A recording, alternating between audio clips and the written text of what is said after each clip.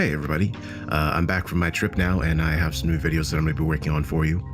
Unfortunately, it seems that I got sick while I was away, as you can probably hear a little bit. So it's going to be kind of difficult to record some new stuff.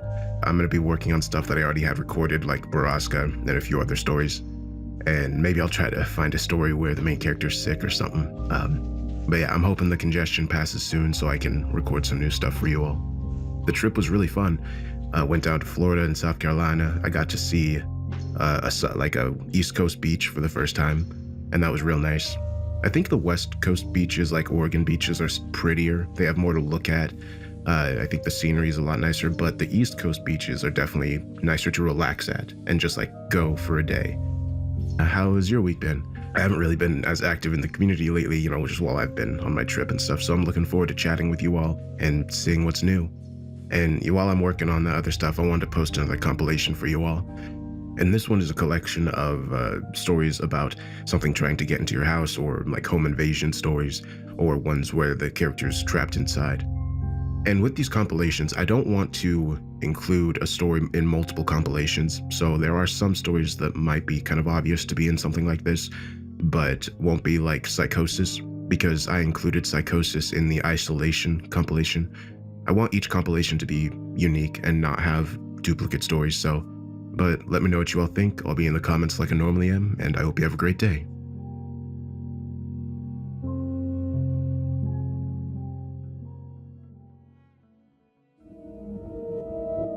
I've been a 911 dispatcher for about 3 years now. I don't know how my life eventually led me to work in this field, but somehow it happened. As you can probably imagine, it is not the best job to have. The pay is not great at all, and it is definitely not worth the emotional roller coaster that comes with it. I cannot tell you how many sleepless nights I've had due to what I hear on the other line. Most of my calls aren't too bad, mostly minor domestic disputes and armed robbery reports. But on rare occasions, I would get a disturbing call describing a murder scene or something along those lines. The calls with kids were also some of the worst, but one call sticks out, and it happened only a few weeks ago.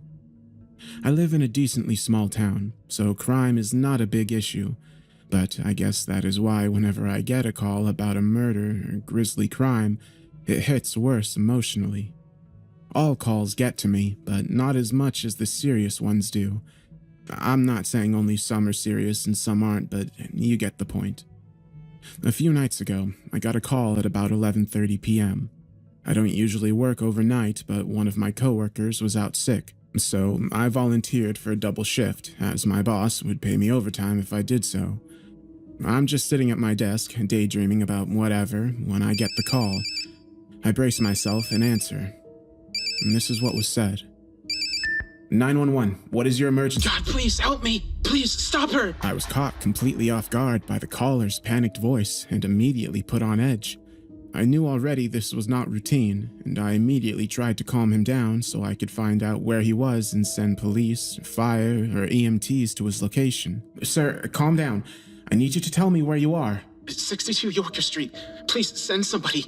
I have an intruder and she's trying to kill me. Yorker Street was near the edge of town, so it would take police at least 10 minutes to get there. I had to get enough information out of the caller to inform the traveling officers about what they would be dealing with if things escalated. Police are on their way. Are you hurt? No, but she wants to hurt me. She's destroying everything in the house and she's screaming her head off. Through the phone, I could hear the muffled screams of a girl.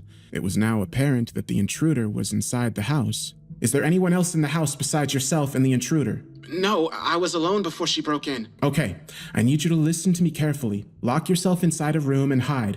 Stay on the line with me. I'm already locked inside the bedroom and hiding under the bed. Okay, good. Tell me what happened. I don't know. I woke up and heard things rattling in the living room. I got up and investigated, and there was a girl standing there, fiddling with one of the cabinets. I tried to quietly return to my room and call for help, but as soon as I moved, she noticed me. When she saw me, she started screaming so loud and charged at me. I sprinted back to my room and slammed the door shut, then I locked it. Is she near your room? No, I don't think so. We both then hear a loud bang, and the man gives out a fearful cry. Oh God, she's pounding on the door. Through the door, I could hear the rhythmic thumps on wood. Now I knew the situation was becoming dire. Most intruders, if caught by the house's occupants, will usually try and flee. This intruder has not left after being seen. She was now trying to kill. Please tell the police to hurry. I think she's about to break down the door. They're on their way. They will be there soon.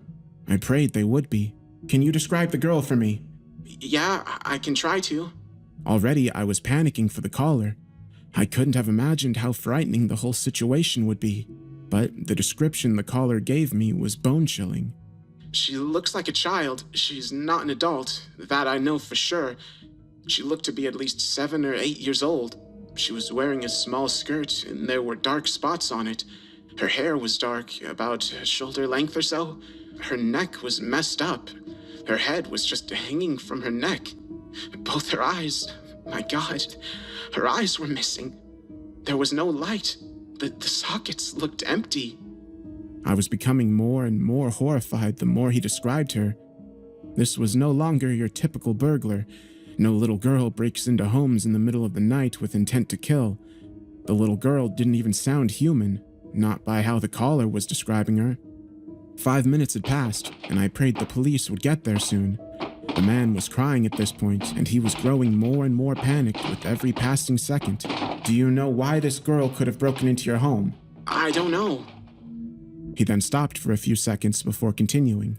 She stopped banging on the door. I listened, and there was nothing. No noise other than the caller's panicked breaths. Okay, stay very quiet for me. Stay where you are. Okay. If it sounds like she's leaving your house, please tell me. Well, now that you mention it, this isn't my house. Wait, excuse me? This... He didn't even get to finish what he was going to say.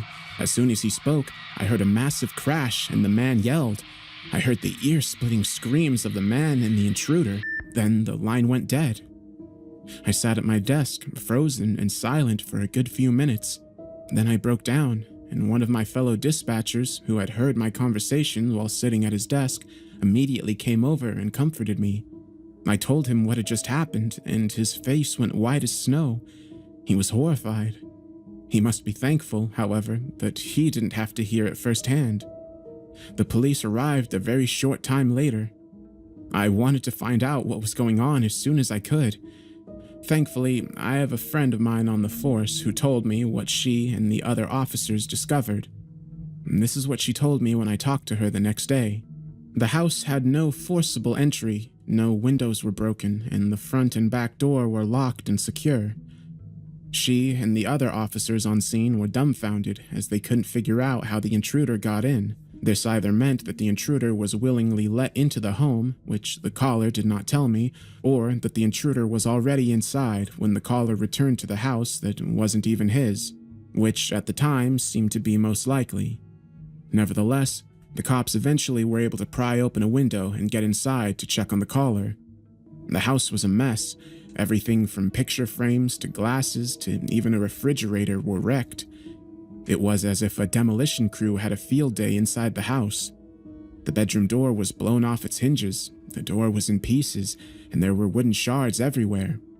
If the cops weren't already creeped out at this point, they were just beginning to be. My friend told me that a linebacker couldn't have caused that much damage to the door in one blow, let alone a little girl. She was already on edge, but it got much, much worse when they eventually found the caller. The man was found in the bathroom, connected to the bedroom he was hiding in. It was gruesome. His blood was everywhere, most of it flowing from a gaping hole in his abdominal region. Some of it, however, was on the walls of the bedroom and ceiling. His eyes were also missing. My friend said a couple of police officers passed out or vomited from sheer shock after looking at the grisly atrocity that happened to the man. I was already horrified by what I heard. The man had died a very violent death, and this intruder was still out there. But my friend then told me something that made this case more bone-chilling than it already was. While looking around the house, one of the officers found an out-of-place wall near the kitchen. The wall looked to be artificial. It was connected by another wall, but it was only about 4 feet high and seemed to serve no purpose. It almost looked like a barrier to the kitchen, though there was an opening right next to it. The officer knocked on it lightly. Not only was it hollow, but when the officer knocked, a small hole opened up. He knocked on it very lightly, but the wall was so weak that it was enough force to actually penetrate it. He shined a flashlight inside and saw a blanket on the ground, but what caught his attention wasn't the blanket itself, rather the lump underneath it. He called for the other officers to come over to him, and they broke through the rest of the wall. They inspected the blanket, and one of the officers lightly lifted it off the lump. What they found was almost as disturbing as the dead caller. It was the dead body of a young girl. They immediately closed off the area, and crime scene technicians came and investigated. After some time, the coroner came and took 2 bodies to the morgue. A few days later, the rest of the details came out about this case. I was eager to hear what the coroner and the police had discovered, and my friend called me to tell me the rest of the story as soon as she found out. The caller had died from, and this was the exact term my friend used, blood loss from being gutted. His eyes were never found. The girl was identified as Taylor Watherton, a 9-year-old who went missing a little over 2 years ago. She went missing from a local playground, and she was last seen wearing a polka dot covered skirt. I didn't think much of it until I found a missing persons poster with her picture on it. She had black hair that ran just to her shoulders. As I was looking at her photo, I couldn't stop thinking about that skirt she was last seen in. I felt like I was missing something, and then it hit me, and I almost fainted as I remembered what the caller told me. She was wearing a small skirt, and there were dark spots on it. Her hair was dark, about shoulder length or so. Apparently, the coroner determined that she had been dead for not that long at all. According to him, she appeared to be dead for no longer than a month. While the cause of death could not be determined exactly, her neck was broken, and it wasn't post-mortem. I told my friend when I originally talked to her that the caller said the house wasn't his. She did some digging and reported back to me around the same time the rest of the details were released. The house belonged to a man named Travis Quinsley, who had recently been reported missing. He had apparently told his family he was going on a trip to Canada, as he had a few friends that lived up there and that they were going to have a guy week. However, he didn't return when he was supposed to. During this time, his family would rotate house sitting. His brother, Colby, was the caller. I knew what he had looked like. His photo had been shown on the news a couple of times since his body was identified alongside a missing child. He was a young man with straight strawberry blonde hair and a decent build. After talking to my friend, I looked up a picture of what Travis looked like. If he was missing, I wanted to at least have an image of his face that I could put into the back of my mind. My heart dropped when I looked at a picture of him together with his brother on one of his social media accounts. It was captioned, "Back with the twin." He looked exactly like Colby.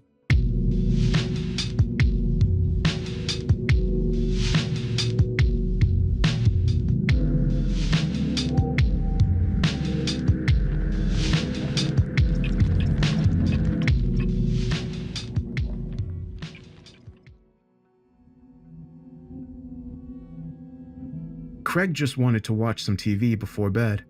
A simple thing to ask for, really, but could he find the remote? Of course not. He had just begun the process of pulling out all the couch cushions when someone started to knock on the front door, rapid and insistent. He let out an annoyed grunt and looked at the clock on the wall. It was 5 minutes to 11. Who is that? From the kitchen, Elsie called out. Is there someone at the door?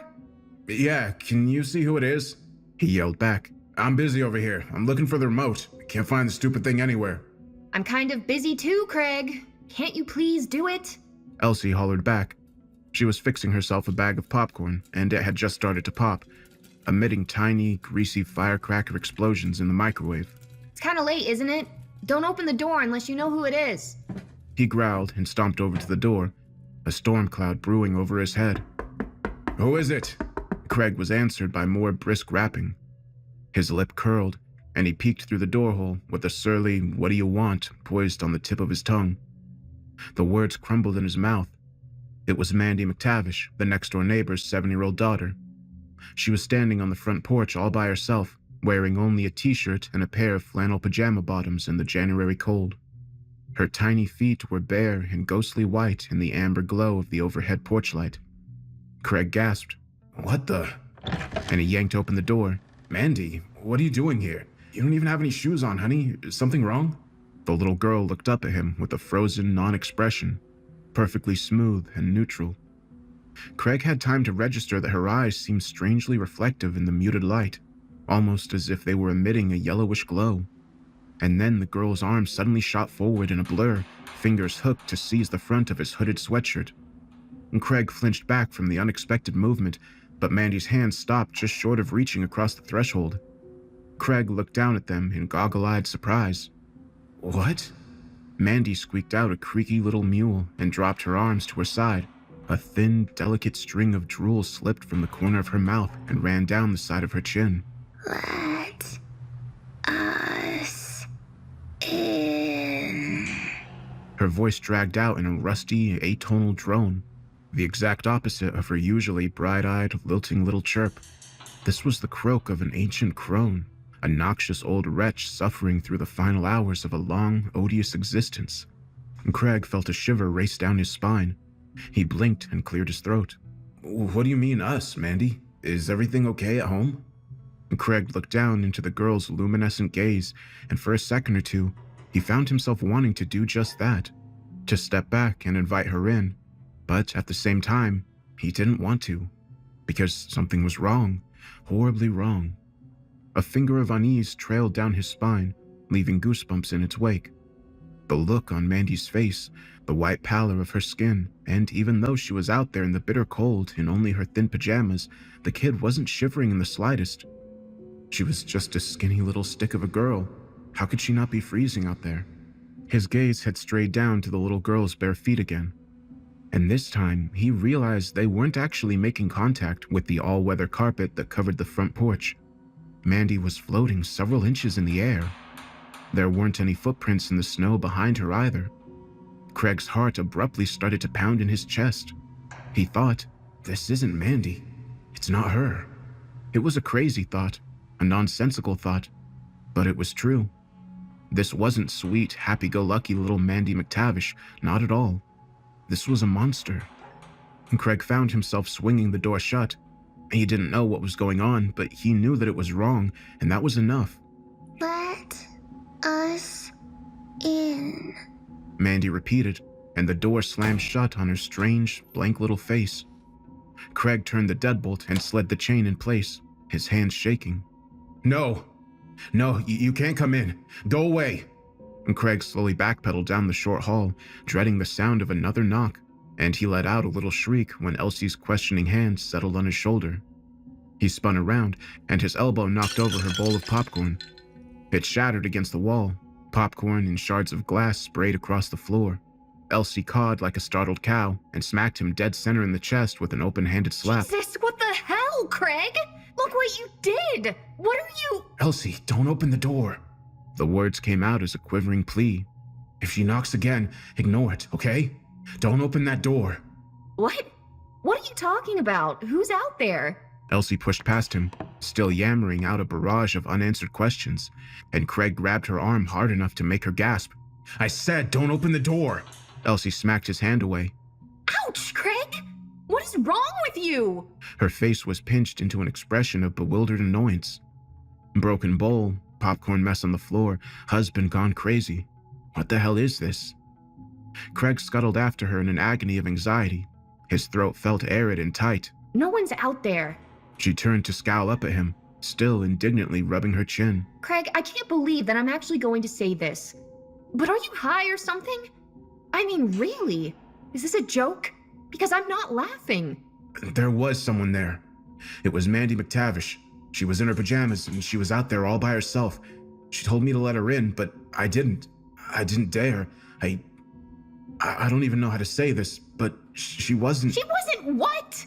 Poor little Mandy was out there all alone in her PJs and you didn't let her into the house? Craig! He struggled to find the words to express the terror he'd just felt, the overwhelming sense of impending doom, but he couldn't think of a way to express himself that wouldn't sound completely insane.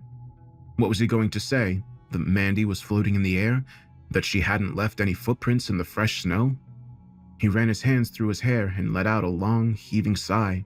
Something was just It was just completely off, Elsie.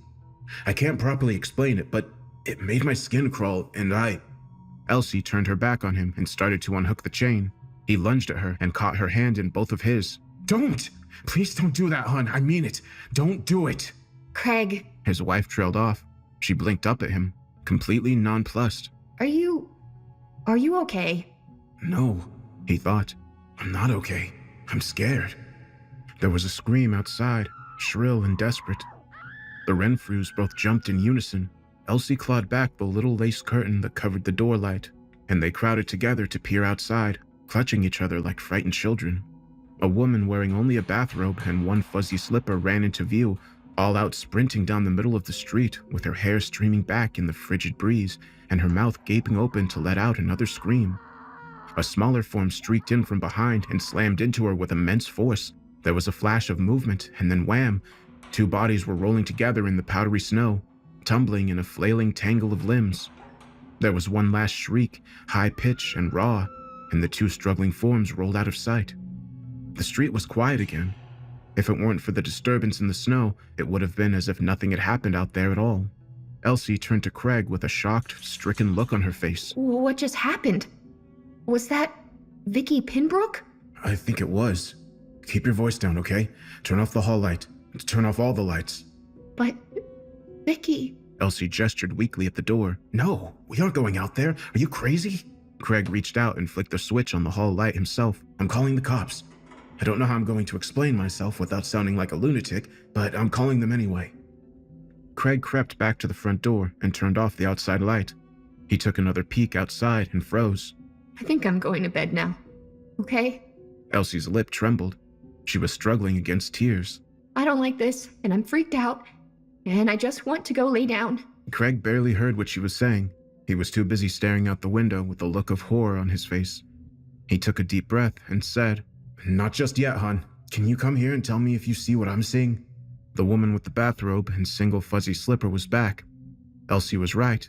It was Vicky Penbrook, longtime neighbor and soccer mom extraordinaire. She was gliding down the street with her feet hovering several inches off the surface of the road, her bathrobe now loose and flapping around behind her in the stiff, icy breeze. Her face was completely devoid of emotion, slack and flat, like she's dead, Craig thought, and he felt a rash of goosebumps break out on his arms. Dead and laying in a slab in the morgue. Oh my God. Elsie whispered. Look at her feet. Her feet aren't touching the ground. Vicky stopped directly in front of their house. She tilted her head back and appeared to be sniffing the air, a predator catching scent of its prey. How cold is it tonight? Almost 20 below? Elsie turned and clutched Craig's arm. She's just about naked out there, and she doesn't even seem to notice. Vicky revolved in midair to face the house. Even though Craig and Elsie were crouched down in the dark, he was sure she was looking directly at them. Craig hissed, "Get away from the door!" and he grabbed his wife by the waist to haul her into the deeper shadows of the hallway. Vicky floated smoothly up to their front porch and ascended the steps. Her face was still and serene as a statue. Vicky levitated across the porch in that surreal, dreamlike manner and stopped in front of the door, still sniffing delicately at the air. Vicky's eyes were glowing a dull, silky shade of yellow. She started to knock on the door, the rhythm rapid and insistent. Craig pulled Elsie close, and they huddled together against the wall. Let us in. Vicky called out. She spoke in the same dead, dragging rasp as Mandy McTavish, the rattle of dead leaves in a frozen gutter. What's wrong with her? Elsie whispered. Her eyes were very wide and wet. Craig, I'm scared. This is freaking me out. Me too. Don't listen to her. Come on. He led his wife back into the living room, stepping gingerly through the mess of broken glass and popcorn on the floor. He sat her down on the couch and grabbed his cell phone off the table. It was time to call the cops. There was a long moment of silence on the other end, a loud click, and then the mindless, one-tone busy signal. Like hell? Really? I call 911, I can't even get an automated message on the line? Vicky finally stopped rapping on the front door, and the silence that came after was unsettling. They looked at each other with the same troubling question in their eyes.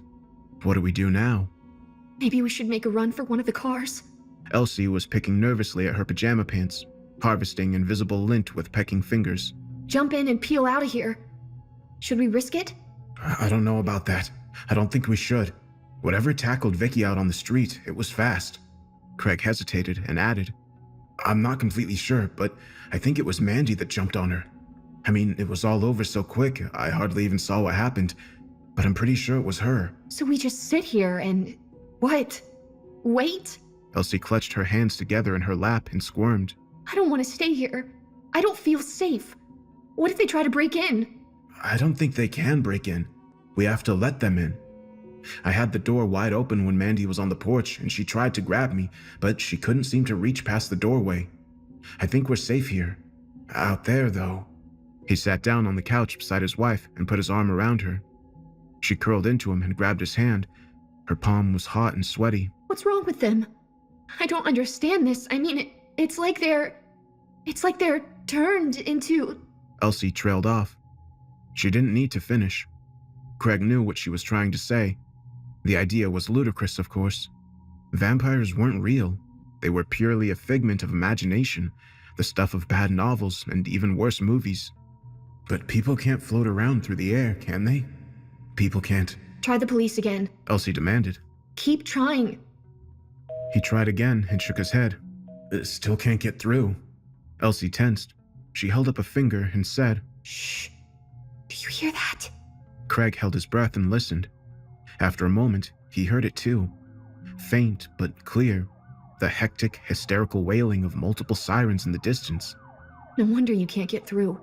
It sounds like every cop car, fire truck, and ambulance in the whole city is out there right now, trying to deal with this. She paused, then added, Whatever this is even... and let out an unsteady little cackle. Craig reached over and clicked off the standing lamp in the corner, plunging the living room into gloom. You were right. We can't wait for someone to save us. We need to get out of here. We'll just sit here and be quiet and wait for a little while. If the coast looks clear later on, we'll make a run for one of the cars and get out of here. Elsie's reply was interrupted by a volley of muffled screams. They were coming from somewhere close by, no more than a few houses away. A medley of terrified shrieks echoed and rebounded down the empty street. Wordless cries of horror and agony. Craig put his arms around his wife and they hugged each other, both of them clamping down hard against screams of their own. A man's voice rose above the din. Keep away from me! Stay back! I've got a gun! I've got a... There was a loud gunshot, and the man's hysterics suddenly cut off mid-wail. In the thick silence that followed, the only sound to be heard at 19 Chestnut Street were the wind moaning across the leaves and the Renfrew's own ragged, shallow breathing. They let them in, Craig whispered. They shouldn't have let them in. He pulled Elsie a little closer. They cringed in the dark and clutched each other as chaos laid waste to the world outside the walls of their home. Shortly after midnight, the Renfrews decided to sequester themselves upstairs in their bedroom. They barricaded the door with Elsie's heavy antique bureau. The frequent rapping at their front door was fainter now, which was a blessing, but they could still hear the occasional bout of screaming echo up and down the length of Chestnut Street. The knocking was bad, but the screams were much, much worse.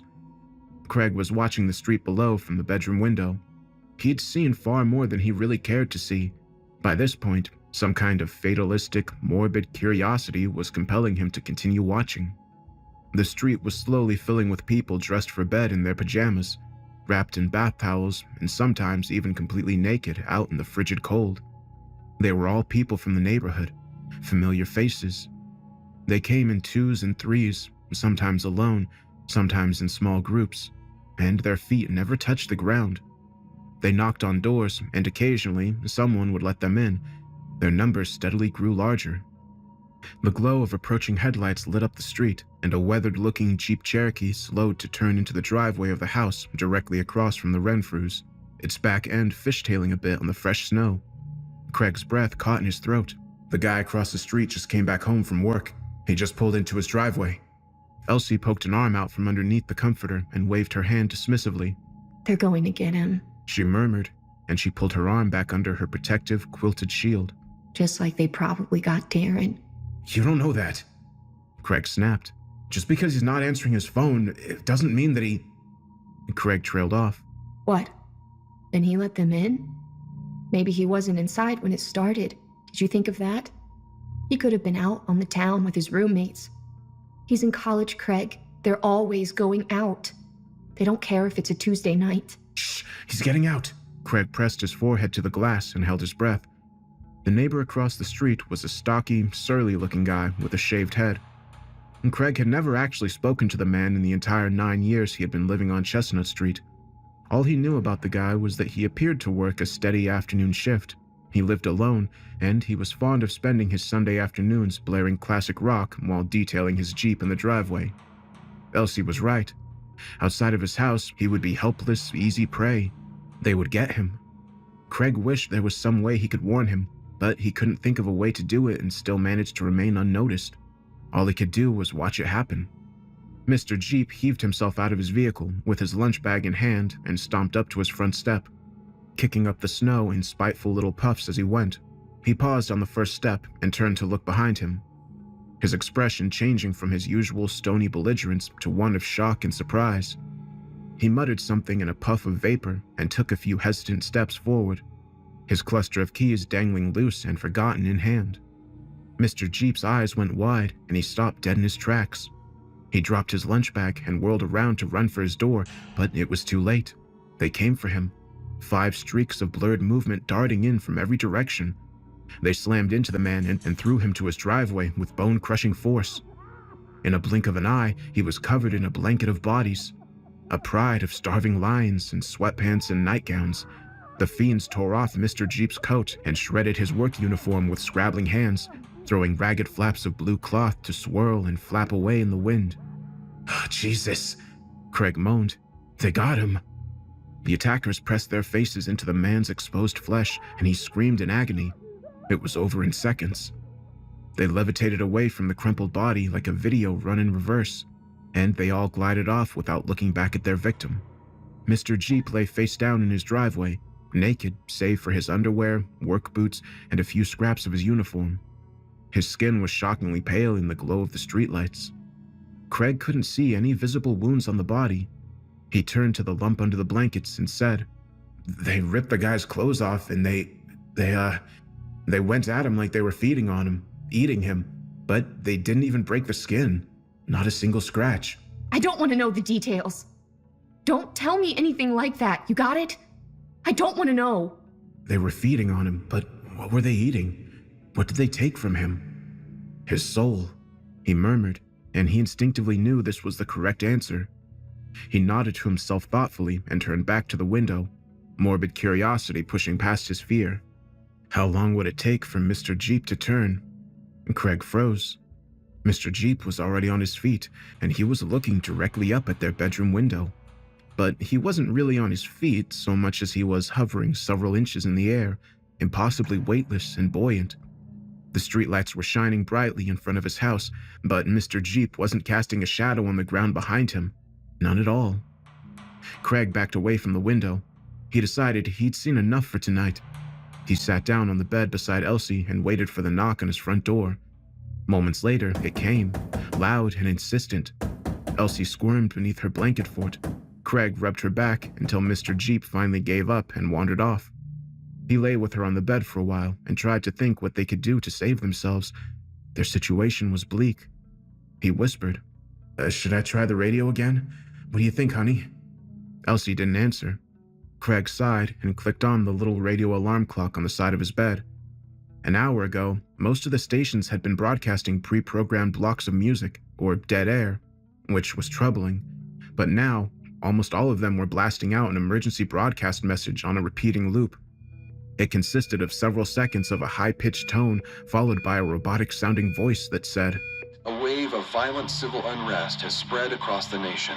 Martial law has been declared. Please stay inside and do not attempt to travel. Do not let anyone enter your home. Lock your doors and wait for further instruction." Shut it off. There's not going to be any further instruction. No one's coming to save us. "You can't say that." I can. Haven't you noticed yet? The sirens? "What are you even talking about?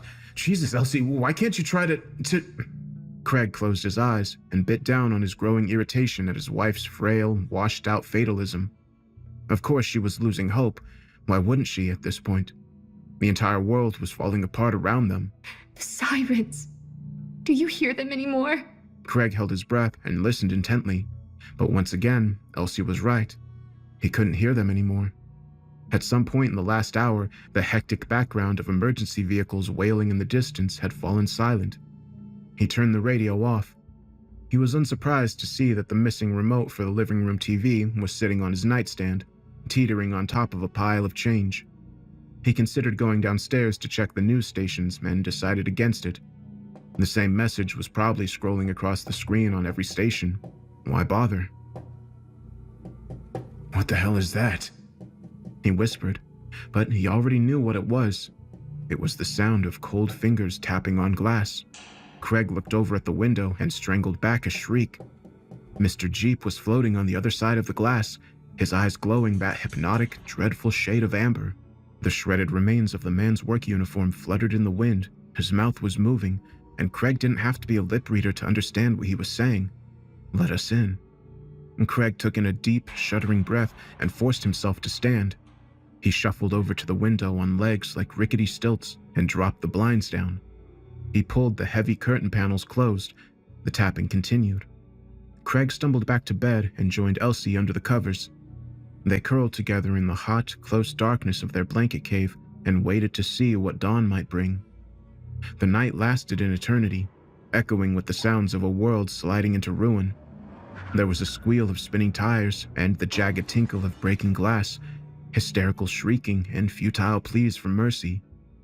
Just before dawn, the sound of horror and strife came to an abrupt end, and the shell-shocked Renfrews both fell into a light, troubled slumber.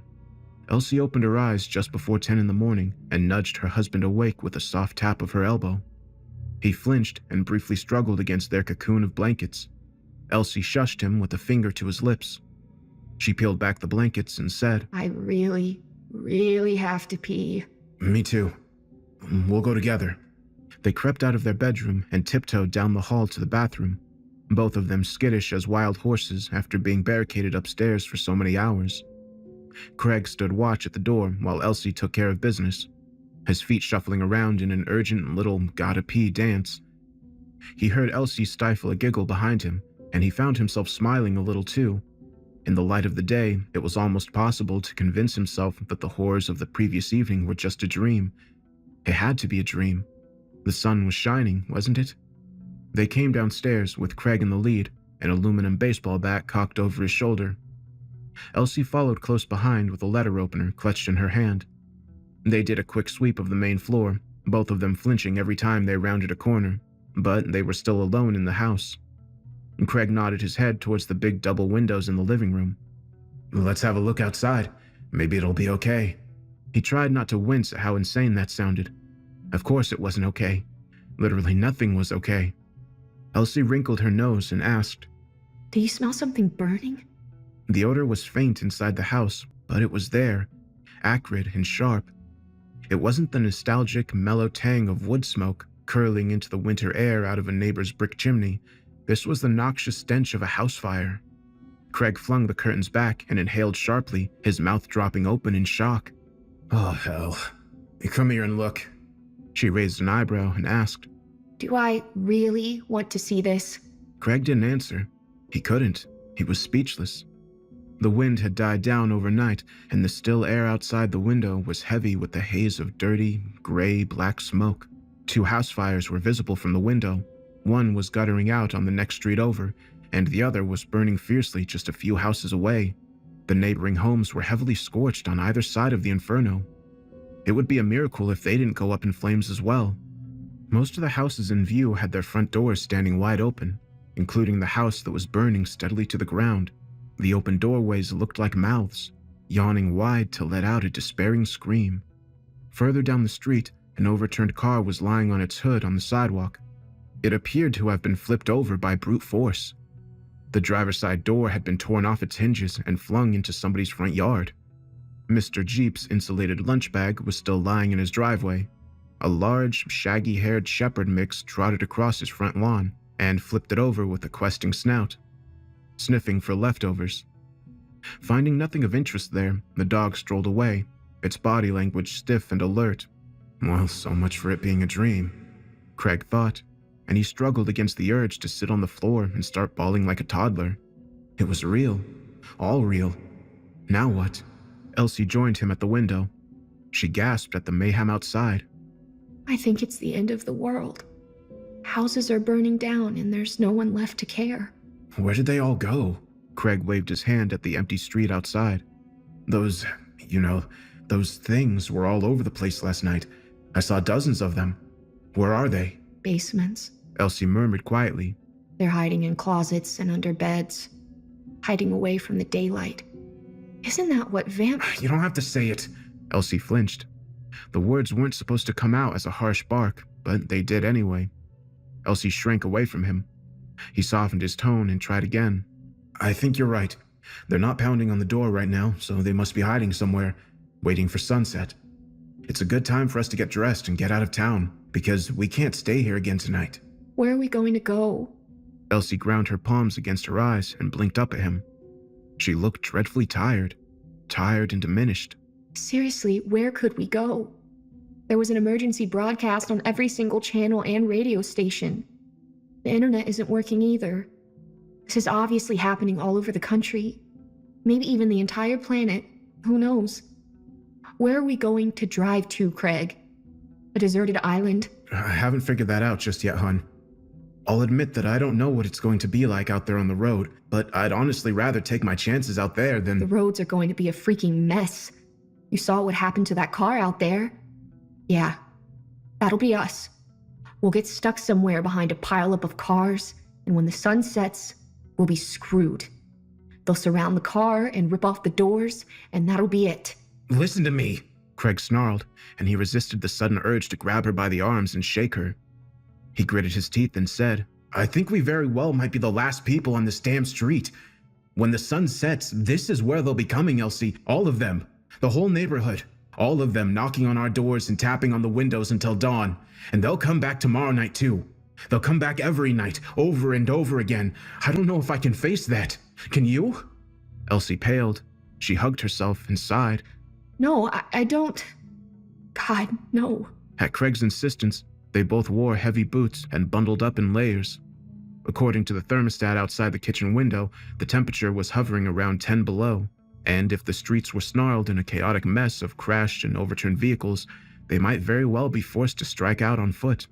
He found a box and packed up a loaf of bread, some canned goods, bottles of water, and the first aid kit from the bathroom, anything he could think of that might be of practical value. The box was starting to get pretty heavy by the time he was done, but Craig was a big guy. He could probably carry it for a long time if he had to. Here's hoping that it doesn't come to that. Elsie tried to put on a brave smile, but it faltered. I'm scared to leave.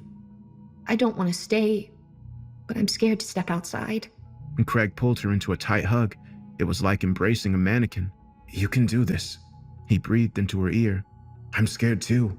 Who wouldn't be? He pulled a knitted wool cap down snugly over her ears. Which car are we taking, mine or yours? There was a hard lump of dread stuck in Craig's throat.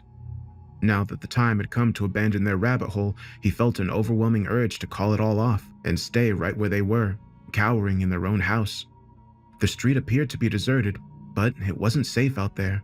He could feel the danger in the air. It prickled the hairs on the back of his neck. Death was waiting for them on the other side of the door. Yours. You drive. He fished his key fob out of his coat pocket and thumbed the unlock button. Outside, there was a muted clunk as the door lock slid open. Craig hefted the bat. I'll go out first, he said, and he pulled back the chain. You ready?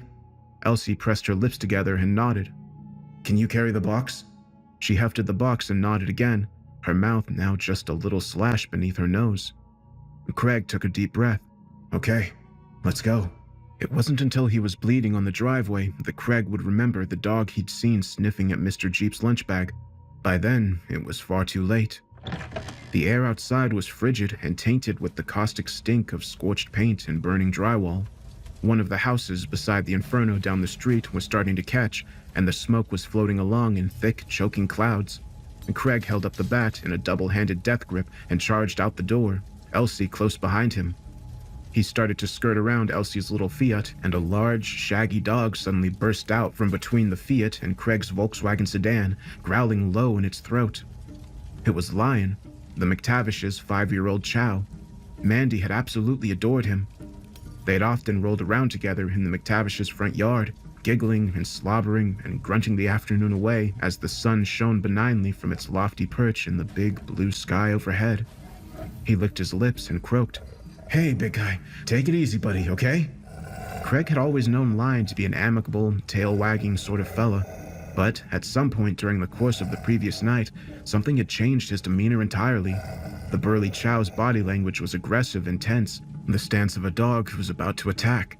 Lion's eyes were normally mild and slightly sad-looking, the eyes of a good old boy living in a state of melancholy peace with the easy world around him. Now, they bulged from their sockets like twin spheres of volcanic glass, blank and merciless. Lion, you stop growling. Bad boy. You... The McTavish's dog answered with a murderous-looking snarl. He reared back on his haunches and coiled to leap. There was no time to turn heel and run. Craig grasped and swung the bat as hard as he could at the dog's wild, fluffy skull. It darted aside, and the bat pinged off the snow-covered blacktop, sending a puff of powdery white into the air and a painful shiver up his forearms. The Chow came at him with snapping jaws, and Craig backpedaled, swinging the bat in front of him in swift, desperate little arcs. Shit! Get back in the house! Craig bumped into Elsie hard, and they both lost their footing. She dropped the box of supplies and fell to the ground.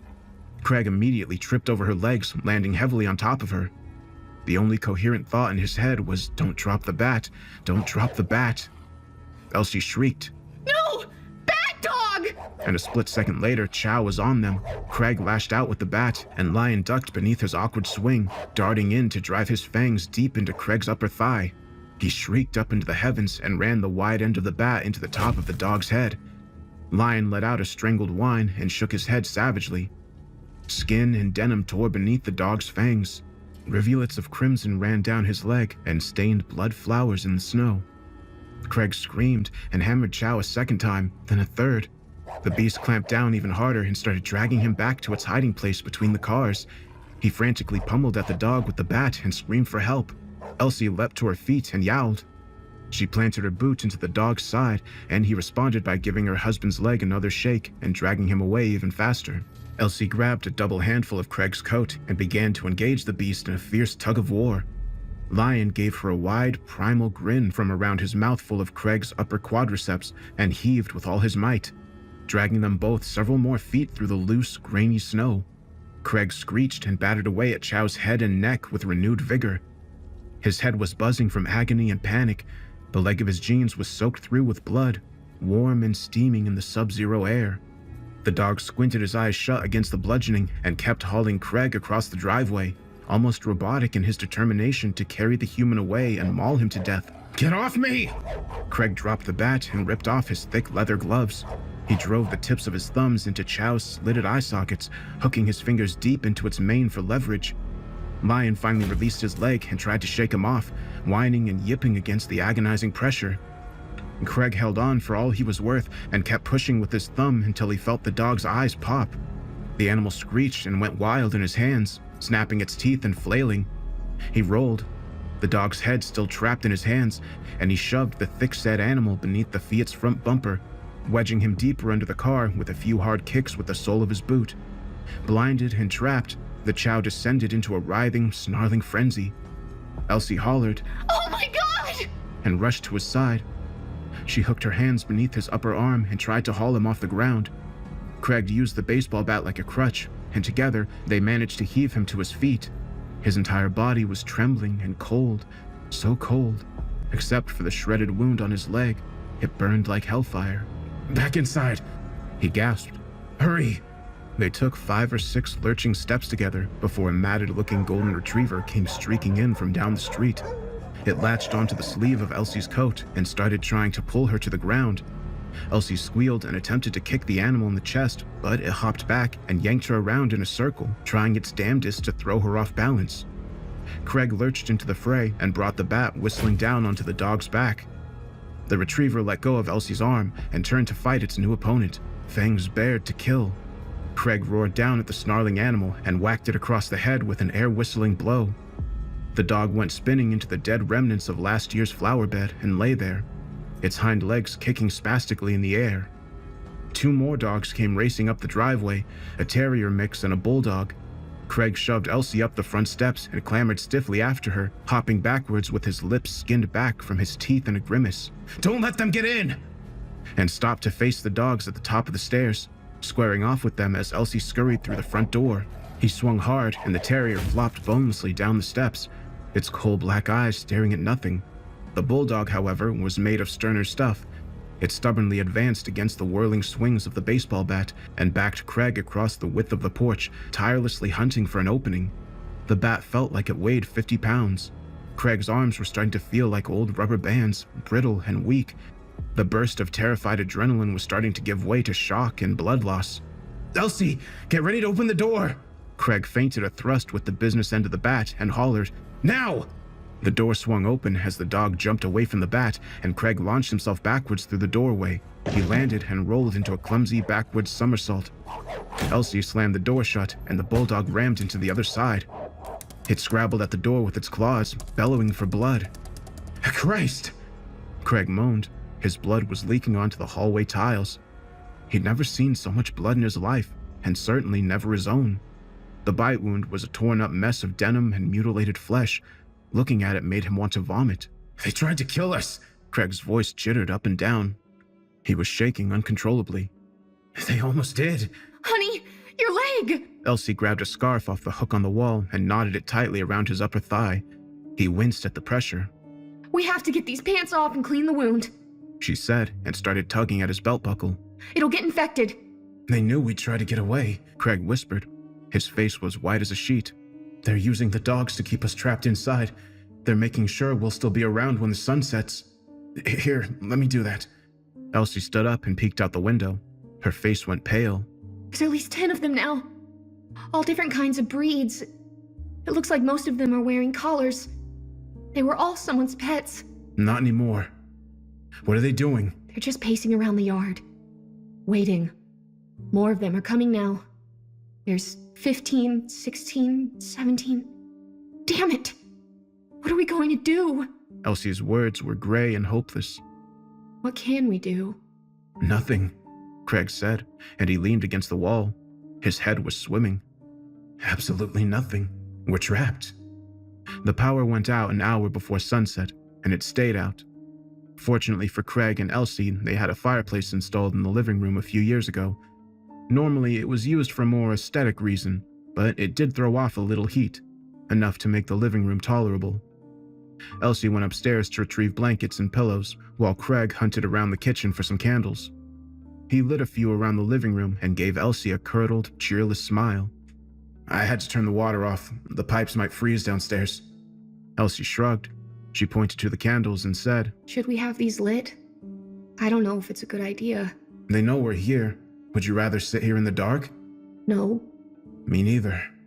Craig held up a bottle of Jack Daniel's whiskey. He gave her a waning smile and said, "We should drink this. I think it'll help." But you took those codeine pills for your leg. Should you mix them like that? "I'll be fine. Here." Elsie reached for the whiskey. She took a swallow straight from the bottle, grimaced, and then took another one. "It's going to be a long night," Craig said. "Drink up." She braced herself and tipped the bottle back again, then made a face and coughed. Elsie pushed the bottle back into Craig's hand, and he had a few good nips from it himself. The whiskey burned down his throat and lit a cozy fire in his stomach. It would warm the chill in their bones and dull their senses. It would help them cope with their awful new reality, if only for the night. They stood at the living room window and watched as the indigo blue of winter twilight deepened into a dark violet of nightfall. Sensing the imminent arrival of their horrible new masters, the dogs slunk away with their tails between their legs, seeking shelter from the sharp bite of the cold. As the stars began to wink to life in the black sky above, the new residents of Chestnut Street started floating into view. The streetlights were dark and dead, but between the moon and the guttering house fires, the street was lit with an anemic, flickering glow. It was bright enough for Craig and Elsie to watch as they slowly gathered out front, a silent crowd of emotionless faces. Many of them were children. The youth of Chestnut Street would never age.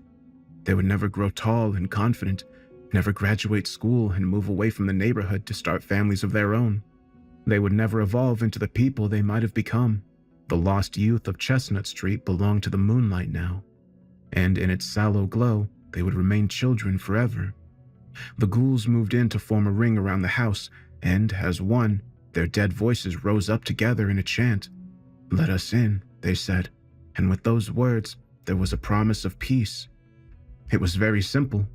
Craig and Elsie could either freeze and starve within the cold tomb of their home, or they could open the door to the mob outside. One death might take a number of days, and the other would be over in a matter of seconds, but both were equally horrific in their own way. Dead forever, or forever alive, those were the two choices. Because life as they knew it was no longer a possibility. No matter which end they chose for themselves, no one was left to remember their names. All they had been, or ever could be, all of it would be extinguished forever. If they gave themselves to the crowd, they would become one with the others. One voice, one hunger, wandering and wanting for all of eternity by the cold and indifferent light of the moon. And if it ended the other way, well, there would be nothing at all. Craig couldn't decide which one was worse. Elsie asked Craig if he thinks it hurts them, if they can still feel. "I don't think so. I don't think they feel anything at all. They're not aware of what they are or who they used to be. They just are. No past, no future, no concerns at all except for their hunger. There's only the here and now." The chant outside went on, slow and deliberate, maddening. Craig and Elsie sat in front of the fireplace and drained the bottle to the last drop, mostly in silence. When the booze was gone, she curled up against him on the couch, saying she loves him and that she's glad she gets to spend her life with him. She tried to say something else and started to cry instead, raining hot, bitter tears onto his shoulder. Craig pressed his lips together in a tight, quivering line and held her as she let it all out. After a while, her chest-shaking sobs died down into sniffles and she drew away from him. Her face was stony and brooding. "It'll be okay," he mumbled. His head was swimming with the booze and pills. We'll get through this, hun. It'll be okay." No, it won't. It won't be okay. Don't say that. Don't say anything. Just... When the last of the candles guttered out with a hiss and a tiny puff of smoke, they stuffed the twisted wads of Kleenex into their ears and wrapped themselves in a cocoon of blankets by the fire. The combination of booze and sheer physical exhaustion quickly pulled Craig down into a deep, murky unconsciousness. He didn't stir when Elsie carefully wriggled out of the blankets, and he slept right through her shrill, bird-like cries as she sawed into her own wrist with a filleting knife. Craig didn't know what she'd done to herself until he literally stumbled over her body the next morning, tripping over it and landing on his hands and knees in the puddle of her cold, tacky blood. He was bleary-eyed and shivering from a combination of the cold and his hangover, and for almost a full minute, he sat there in Elsie's blood, unable to believe it, incapable of believing it. But then he started to scream.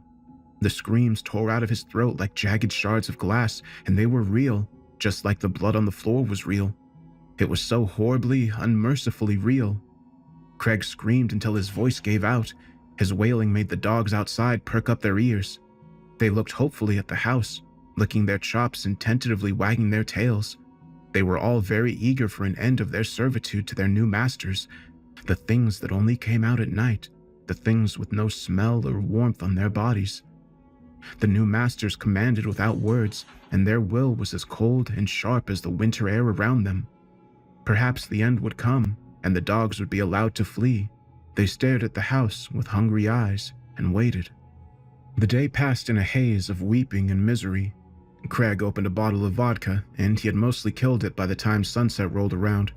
He stood in the living room window and watched them gather in front of his house, a patient mob of blank faces and burning eyes. When they were finally assembled, the crowd closed in tightly, filling every window and doorway with their bodies. They demanded for Craig to open up and let them in. He was the last of Chestnut Street's former residents, the final remnant of an era gone by. Craig's world was only 2 days dead, but it was already long forgotten. The new residents of Chestnut Street weren't aware of yesterday, and they would never worry about tomorrow. There was only one measure of time in the new world, and that was now, this particular moment, and then the moment that follows directly after. The citizens of the New World were united by one burning universal desire. They would systematically root out the hiding places of the remaining survivors from the dead era, and they would wear them down with the dull, implacable logic of their three-word chant. The New World would consume what was left of the old, night after night, week after week, until there was no trace of it left. And when the feast was over, the moon would replace the sun as the champion of the sky, and the people of Chestnut Street would wander for all eternity by its pale and cheerless glow, lost and hungry for something they would never have the capacity to understand, trapped forever in a singular, shifting instant in time. They would drift to and fro in the dark, forever unsatisfied without knowing why, united as one, but completely and utterly alone. There's only two possible conclusions to this story. Craig slurred at them through the window. I can use the knife, or I can let you in. Which one's worse? He stared out at them, his former neighbors, and he saw a uniformity that was strangely comforting. The moonlight world of the ghouls outside might be ruled by hunger, but it would also be free in its own way. Free from doubt, anger, humiliation, regret, guilt, or even sadness. As the whole world died, those afflictions died along with it, never to exist again. Hunger is bad, but there are things worse than hunger. My wife killed herself. I sat in her blood. That was a lot worse. Craig limped over to the front door, his breath puffing in the frigid air. He hadn't bothered to build a fire that day. And what was the point? It would be an effort wasted on a dead man. He pulled back the chain and opened the door. They were waiting for him. A dozen of them crowding the porch as the rest spilled down the steps and into the front yard. Let us in, one said. They waited for his response, eyes glittering in the dark. Craig wiped his tears away and stepped back from the doorway. Now or tomorrow, the next day or the day after that, it would eventually come down to either the knife or the crowd outside. And in the end, did it really matter anyway? No, it didn't. Not anymore. Come in. They knocked the door off the hinges and splintered the frame as they surged inside. There was a split second of terror, a flash of agony and horror, and then it was done. Craig rose from the hallway floor, and he floated out into the moonlight to join the others. It was a new world, a moonlit world, and Craig was reborn.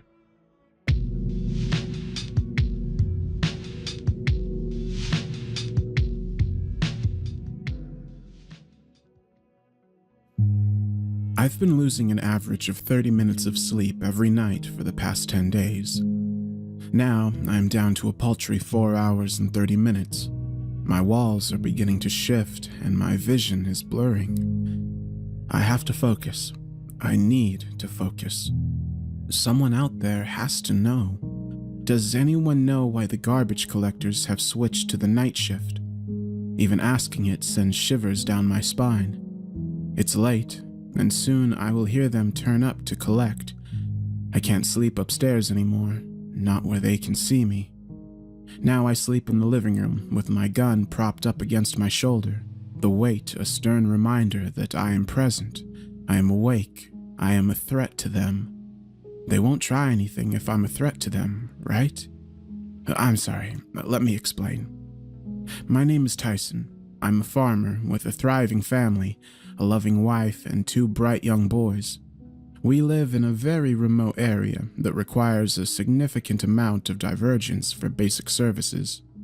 I won't say where, I won't risk my family or my business, especially knowing what kind of armchair detectives there are out there. I respect what you all do and fear you in equal measure. So I'd rather throw you a bone you can thoroughly chew on, as opposed to delving into mine and my family's personal info. What I can tell you is this patch of land has been in my family for 6 generations, was not acquired illegally, built on sacred land, and to the best of my knowledge, has never had a violent occurrence or bloodshed. We're normal, hard-working folks who have always tried to do right, which makes what is going on here all the more difficult to understand, to quantify and reason with when the basic logic gives way. I hear you. You're undoubtedly scratching your heads and asking, why are garbage collectors such an issue? and I don't blame you. I'll get to that. Something shifted by my gates. No sound. Can't be the garbage men. You hear them a mile off. They're not subtle about making their presence known. The first night they turned up was so startling that I honest to God thought we were being robbed by the most unprofessional thieves this part of the world had ever birthed. Rambunctious, loud, and borderline jovial in their candor. It was always the same, each and every time. The sounds of the huge mechanical vehicle roaring as it drove up my dirt road, crushing twigs and kicking up dirt as it ground to a stop by the gate some 50 feet from my front door. 2 thuds, boots hitting the ground, stumbling over the main gate where our trash was left for the garbage men on Tuesday. Usually a couple of surly men got out, grunted, and hauled ass out of the area as soon as possible. These two couldn't have been happier to be there from the sound of things. Young men, the smiles almost visible in their tone. "This the one, Bill. Looks ready to me." "I reckon it is, Jeff. Let's get her done." A laugh, a high five, the sound of something being dragged and thrown into the truck before they'd back out of the driveway and go off into the night. Unusual, right? My wife and kids certainly thought so, especially when the trash was still there the next morning. Maybe they were some weird kids pulling a prank. My wife Lucy remarked, taking a sip from her coffee and glancing nervously at the window. I think she was saying it more for our boys' benefit than our own. I nodded and ushered them away from the windows, told them to go play. The next night it happened again. No specific time so much as that dead of night period between 1 a.m. and 3 a.m. when the world falls totally silent around you. None of our animals made a peep during that time frame, nor did we dare to, because when we heard them roll up again, we were paralyzed with fear. It took a few minutes to realize it, but when I looked to my wife and she returned my fearful glance with a wide-eyed stare and a nod, we scooped up the boys and huddled in our bed. The exact same sounds, the exact same timed footsteps, the exact same conversation. We heard them drag something wet into the truck before leaving after maybe 15 minutes. My younger boy, Jace, was always anxious, and hearing this uncanny valley shit at his age sent him into a panic attack. We spent the remaining time soothing him, while my older son, Travis, took to peering through the window with me. Our pig pen that lay some 40 feet to the right of the house had the door ripped off the hinges, and a blood trail leading from the entrance all the way to the farm gates where the garbage men had been. When we mustered up the courage to inspect further, the pigs were silent, unmoving, and staring at the long dirt road that led away from the home, the tall trees that littered our farm looming overhead as if to silence them from telling what they'd seen. We tried calling the city council to complain, but they were as perplexed as we were, said trash pickup was still Tuesday, and that since it was only Sunday, we weren't due. They advised we file a complaint with the police for trespassers, but that yielded absolutely nothing. In the meantime, things escalated. Night 3 brought us the same routine, same sounds. Even after we'd taken to putting a lock on the pig pen, they still took one, this time making sure to leave a small pile of viscera behind, perhaps as a warning. We elected to putting the animals in the barn and deadbolting it, hoping the pranksters would get the message and perhaps get bored. I'd ordered a CCTV camera, but with my location being so out of the way, it was going to take time to arrive, and I wasn't about to stand in my window with a camera pointed out at some weirdos. We didn't consider the consequences of this defiance. It was night 5. The boys were sleeping in our room, and like clockwork, they showed up and pulled me from what little sleep I was getting. My wife soon after. Goosebumps raised on our skin and a chill in our bones. We strained our ears against the open window, hoping to hear their frustration and subsequent decision to leave. The routine continued until Jeff spoke to Bill. The moment they opened their mouths, I knew something was horribly wrong. "This the one, Bill. Looks locked to me." "I reckon it is, Jeff. Let's pay him a visit." They rattled our front doorknob and politely knocked at the door. 5 rhythmic knocks, 5 seconds of silence, 5 more aggressive knocks. I bolted downstairs and grabbed my rifle, keeping the lights off but my aim focused on them, adrenaline pushing fear aside, if only to defend my family. "I don't know who you are, but you've been coming onto my property unannounced, and I ain't standing for it no more." I pulled back on the bolt, and the sound filled the room. "You got 3 seconds to turn on your heels, or I'm firing." My eyes adjusted to the front door, and in the darkness, 2 shapes stood behind my door, shrouded by the shadow of the night. They were tall, with thin legs and bizarre movements, like they were swaying in place. Those 3 seconds felt like an eternity. "1!" The shadow to the front leaned forward, trying to press its face against the glass. Something was wrong. "2!" It moved away and tapped the letterbox, testing if it opened up. When it did, it held it open and spoke as the second shadow stepped closer. 3 never came. Instead, I backed away out of terror and barricaded our room, unable to speak. It repeated my last words back to me. Exact same pitch, exact same tone, but something was off about it. Like hearing your own voice played back through old speakers, you sense an eeriness to it. As I'd instinctively taken steps back, however, the other one spoke. This was the first time either said anything that didn't repeat, and I swear to God, it makes my heart pound in my throat just talking about it. "We have come to collect. Come outside." My legs carried my body before I could register what was going on, rushing to the bedroom and locking it. I pulled my family in close and held my head down to theirs, desperate to block out whatever ungodly sounds erupted from our front door. It took a half hour before they gave up, assumed their usual routine, and left. The sound of the tires speeding off up the road bringing some degree of relief. Until the following morning, when our nearest neighbors, the Gundersons, reported a break-in at their farm some 5 miles up the road.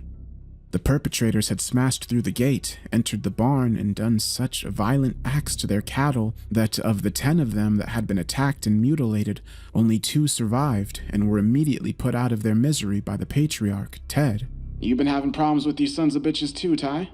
He bellowed down the phone once I began retelling our sleepless events. "Shit, you sound like hell and probably look worse than the cows at this point. I ain't having it. You got a young family to support, and when they hurt one of us, they hurt all of us.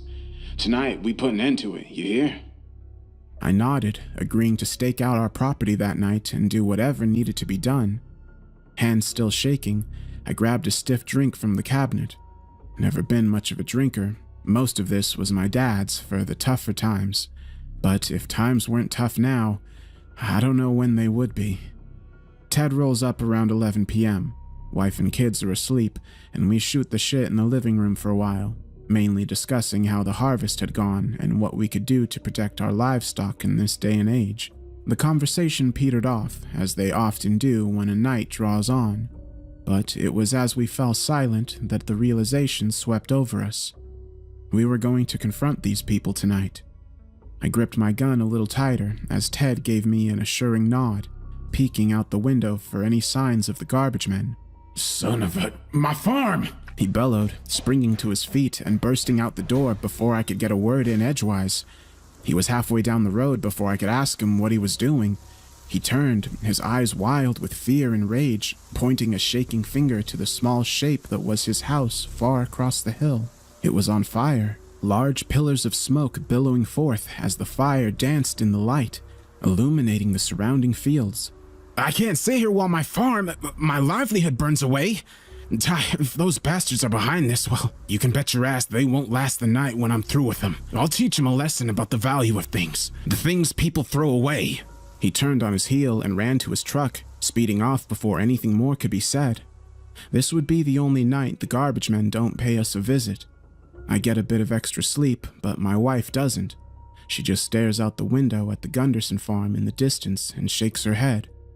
She knows how there will be no help on the horizon. She knows how close we are to that fate, and seeing that scares me to death. The 8th night, they arrive with no vehicle sounds, no grand build-up to the crescendo of their routine. They whistle softly as if calling an animal, patient in their call as they scrape something around in the dirt. I'm crippled by fear and cannot dream facing them. I look around in the dark and see Lucy is still asleep. Travis is snoring in the corner, but Jace is wide awake and transfixed and staring at the window overlooking our driveway, reaching out to open it. I leap out of bed and just about tackle him away, the shock of waking up to such a violent affair sending him into a panic attack as the entire family snaps awake in a frenzy, shouting over one another as he cries uncontrollably. This has got to stop, Tyson. We can't do this anymore. We can't live like this. Lucy was exhausted, her eyes barely open and her teeth chattering. In the moment of silence between us, the whistling started again, almost mocking in its tone if it weren't for the sinister giggling behind it. Shut up! Shut the fuck up and leave us alone! She screamed, walking towards the same window. It took everything I had to hold her back as she fell to pieces in my arms, the entire family crippled by nerves and a lack of sleep. It was only when one voice cut the air that the final night's events were set in motion. The things people throw away. Oh no, Ted. One look into my wife's eyes and I knew what she was thinking. There was no stopping her. She darted around, packing the kids' clothes and any essentials she could find, ignoring the whistling outside and instructing our boys to focus on getting whatever they needed. You do what you need to do. I don't care if the nearest town is a 3-hour drive or I undergo the 7-hour drive to my mom's. I will not stay another night in this fucking house, not until they're gone. She was almost delirious, fueled by fear and anger as she darted around like a hurricane, turning over tables to get what she needed as if prepping for a weather event. Within the half hour she'd been rushing around, the noises had faded and the outside once again fell silent. I couldn't leave the house. It'd been in our family's lineage for generations. We'd been born here, lived here, and died here, no matter what. As the head of the family, it was my job to stay here and protect it, even if I couldn't protect those that I loved most under its roof. She waited another hour before getting in the car and leaving, kissing me with all the passion she'd had when we first met. I told Jace he had to be strong and that he'd one day conquer his fears because I believed in him. I told Travis that as the eldest, he needed to protect them like his life depended on it. Then, just like that, I waved them goodbye and promised I'd join them at their grandmother's house when this was all over. Now, all that was left was to sharpen my resolve and to find out what this was. I took the chance to try and get some sleep during the day, but no matter how hard I tried, it wouldn't come to me. So, liquid courage it was. One way or another, this was going to end. Night 9, the penultimate night. Not a sound. I mean, that is the most literal sense. The wind didn't move, the trees didn't speak, not a single blade of grass danced, and no dirt was kicked up. Everything was silent. So silent, my own thoughts were amplified in this void of sound. Every insane thought of what could happen flitted through my mind and forced me to double-check every window and door, triple-check the locks, and ensure no oversight was left. Couldn't let them get an opportunity, even if it's just me. I know they're watching, even now. If I didn't know any better, I'd have said a shadow moved just behind the porch window. Can't be sure, not without checking. I think they were biding their time, keeping me on edge to make sure I knew they could step in whenever they wanted and do as they pleased. But I kept my nerve. I resisted the urge to bolt to the truck. I've got my whiskey and I've got my gun. I'll see this through, even if it kills me. Night 10. Now we're all caught up. I checked on the animals this morning, and what was left was a pile of bones, flesh, and waste. They'd been taken the night before, and I don't know how I didn't hear during the silence. There was but one horse's body left. Teeth marks riddled the torso, and the legs had been torn off. Our crops had grown fetid, decayed, and worn. Nothing in our farm would yield a damn thing anymore. My livelihood was decimated in front of my eyes. Gone. It's late now. I'm sat in my armchair with the rifle loaded and ready. My hands are shaking and my knees won't stop bouncing. I feel the dread start in my gut and worm its way through my chest before lodging in my throat and forcing every breath to be a labor of pain. They came early tonight, truck roaring and routine sounds in full swing. Only there weren't 2 sets of thuds this time. There were 6. They walked up to the porch, a shadow covering every facet of the window and door panes, not a speck of light coming through. The voices don't change their pattern. They never do. This the one, Bill. Looks ready to me. They pound their fists against the window, a dull moan emanating from the background, pained, muffled, and growing in strength. I reckon it is, Jeff. Let's get her done. Nails drag down the glass, a horrific groaning accompanying the repeated intonations of their godforsaken phrases. The things people throw away. Ted, poor Ted, smashing his head against the wall, repeating it with every sick swing. It was only when I heard the 4th voice that I finally looked out the window, perhaps on instinct. Not until they're gone. My Lucy, my sweet Lucy calling to me. I can't begin to tell you what I saw when I pulled back the curtains for just a split second, but every forbidden aspect of it burned into my brain, and it will not leave me even as I shut my eyes from the surrounding chorus of madness. My kids are now saying they've come to collect, that I must come outside. That whistle has come back. It's almost soothing. I can't bear to do this on my own. I can't live with that image of this in my skull anymore. I miss my wife. I miss my kids. I miss sleeping soundly at night. What if it is them out there? What if they're really just wanting me to get help and my own sick mind has put me in such a state that I'm here, asking you for help on something that is, at its core, truly simple? I'm going to put down the laptop and open the door. I have to know. I have to. Why did the garbage men start coming in the dead of night? Does anyone know?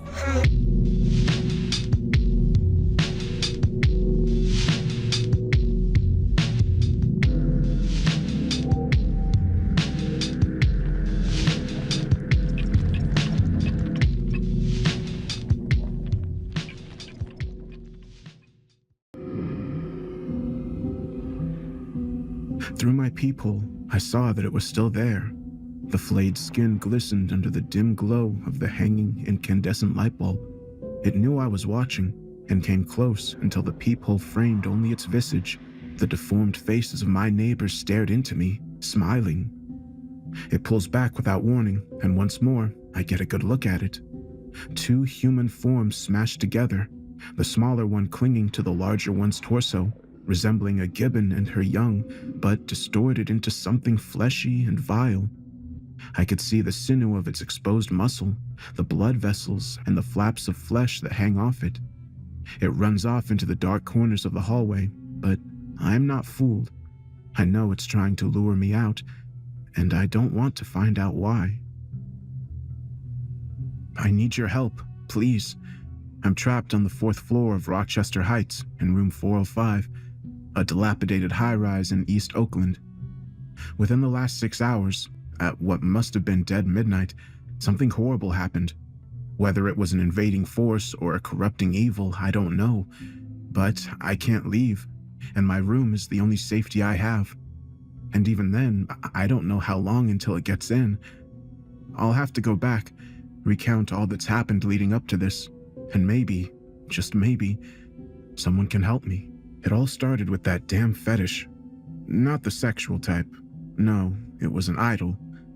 It was 4 a.m., and I was about to throw in a load of laundry before I was off to bed, and there it was. Splayed out smack dab in the middle of our laundromat, still slick with blood. I didn't know what I was looking at. Some spindly thing strung to a wooden crescent frame. But with each passing second, more of its form registered in my mind, and I nearly doubled over and lost my breakfast at the realization that it was a skinned, headless dog, crucified. The cops were called, and it was found out that the new cameras that were touted by management and used as justification for yet another outrageous rent hike were nothing more than a deterrent, as they were useless and not even hooked up to a power source. They've let my bathtub sink halfway into the room underneath me, so while it was frustrating, I wasn't surprised. Later, it came to be known that the dog was Mrs. Lorent's beloved poodle, Butterball. The poor widow was hysterical and demanding a full-scale investigation. She might have gotten her way had nightfall not greeted us with yet another messed-up finding. Harold, a shut-in who lived on the top floor, was found dead. I'm a night owl through and through, so I was awake when the discovery was made. There was no commotion, just hushed whispers and tense bodies. I tend to creep around the stairwell between the 4th and 3rd floor, since it's scarcely populated and has a small accessible window that I can smoke out of. I was trying to fish for a signal this time since my Wi-Fi was acting up and my cell signal was dead altogether. That's when I heard them walking down the stairs, talking. Elena and Macy from the 4th floor. I could tell from their tone that something was wrong. That and the time, 2 a.m. No one but me was up this late here most days. I strained my ears to listen. Folded like a fucking pretzel. And there was a mess everywhere. Tony says he thinks he's been there since they found the hag's dog in the laundromat. He tried calling the cops, but it's not going through. Elena was whispering to Macy. Well, who was it? That creep Harold from the 2nd floor. The one that Carter beat up for stalking his girlfriend. What was her name? John? It's Joanna. Don't be mean. This is serious. What did Tony do about the body? Sorry, I just think she's frumpy and plain. Way out of Carter's league. And nothing yet. He told the manager and he tried calling the police too, but no luck. He wants the body out of here as soon as possible, so he sent Tony out to the station in person. But it's been 2 hours since and he hasn't even texted me once. I'm starting to get worried. Want to go look for him? No, that would be dramatic of me. We're not even dating, just messing around. Still, you know the Donut Royal is open 24/7. We can get a few and meet Tony halfway there. Elena said, and the two started walking down the stairs. I froze, and the thought to try to sneak away came to me too late. The two women didn't even acknowledge me as they walked past. I knew 3 things then.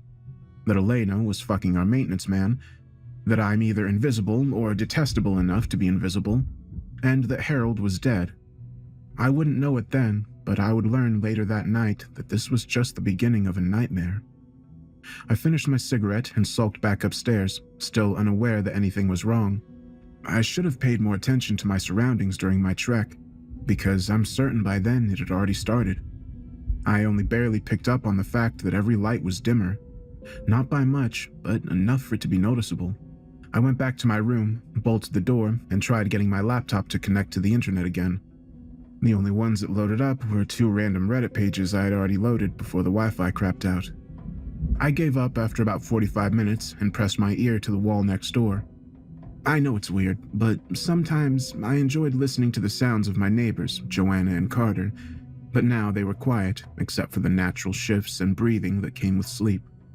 I wondered if they knew Harold was dead, and I wondered how they'd react when they found out. I wasn't there for the supposed blowout between him and Carter, but I had heard about it. Macy and Elena loved to gossip above my smoking spot. I think Harold caught them like I had, and the poor fellow, trapped within the cage of his delusions, confronted Carter. Everyone knew he had a thing for Joanna, and she was too polite or sympathetic to ever be stern with him, so he must have interpreted it as reciprocation, and it ended with him getting stomped out and the residents being quietly grateful for it.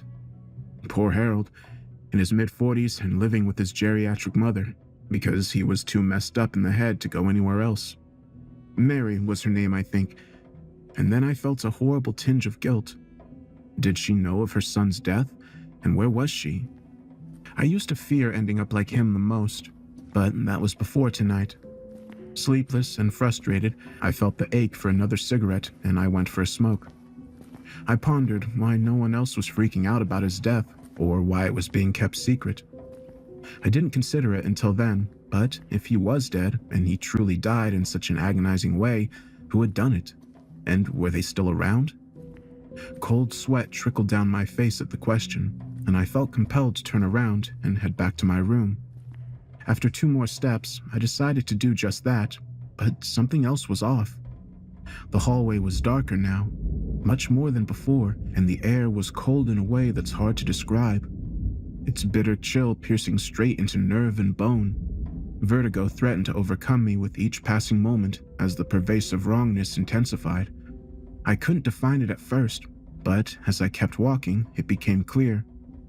The hallway was longer than it should have been. I froze, unable to make sense of that fact, and I scrutinized my surroundings a bit more. The ceiling was higher too, by a few feet.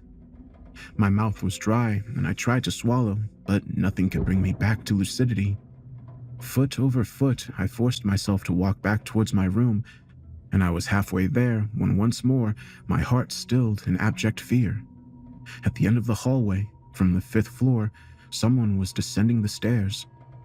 Rational thought should have driven me to head toward them and ask or warn them of what was happening, but some deep instinct knew it was wrong in all the ways a living thing could be. Even the stairs leading up to the upper floor felt wrong, as if they weren't of this world.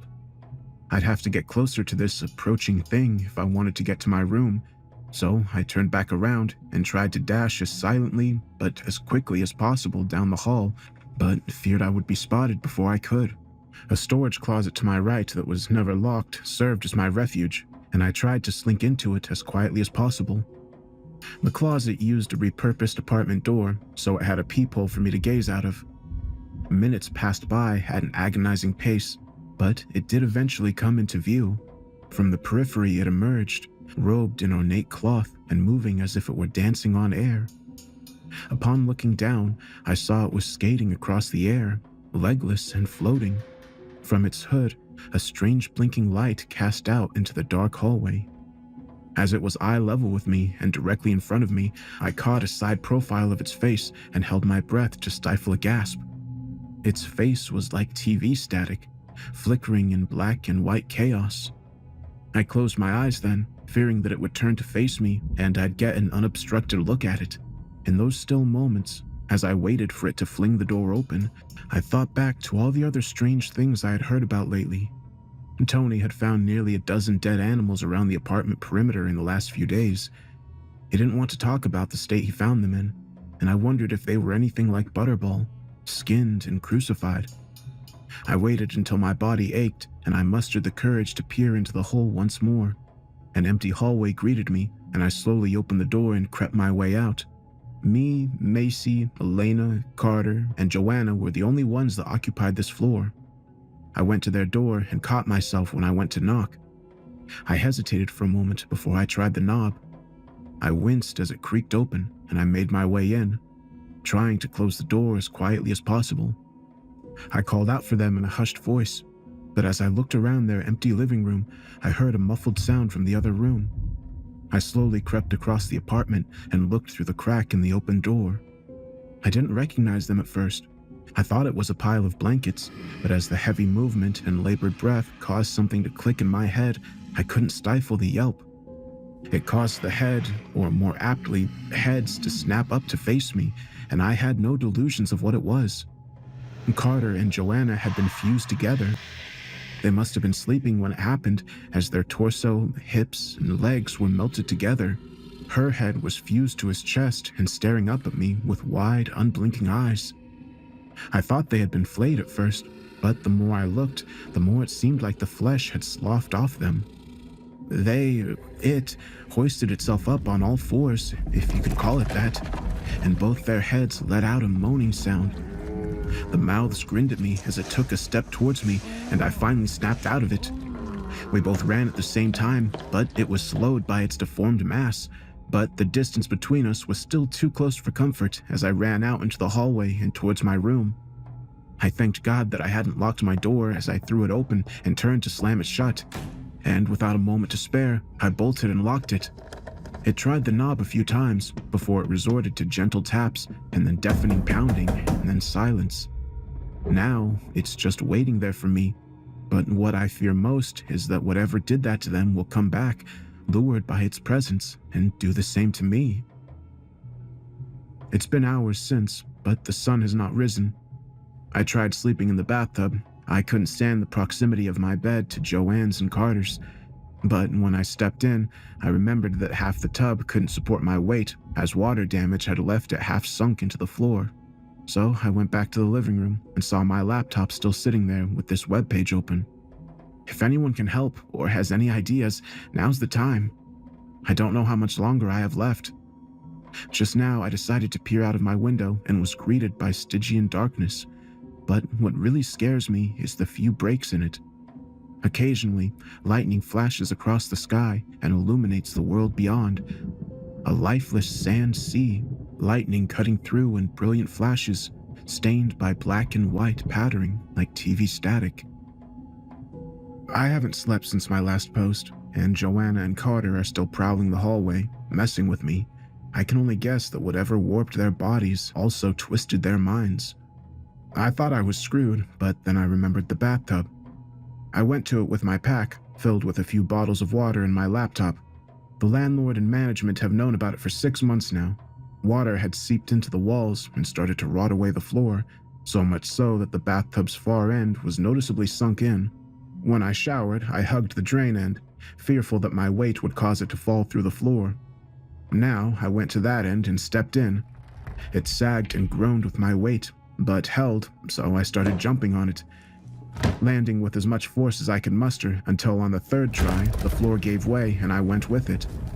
I landed pretty bad, cracking my side across the outer rim of the tub, and had the wind knocked out of me, but I had done it. Picking off bits of debris, I struggled to my feet and stepped out into the living room. A single mother named Naomi lived there with her 2 toddlers. I'd never talked to her, but had a brief interaction with her son, who would ask me my name. I knew they often spent the night at her baby daddy's house, once again Elena and Macy's gossip keying me in, and it held true tonight. The living room and bedroom were empty, and I was grateful. I tried to hurry, as my fall wasn't exactly silent, and if anything else was out there, it surely heard. I rushed down the hallway in long strides, trying not to look, but there were details you couldn't help but notice. A section of brick wall had discolored monochrome, black and white, and back to faded red.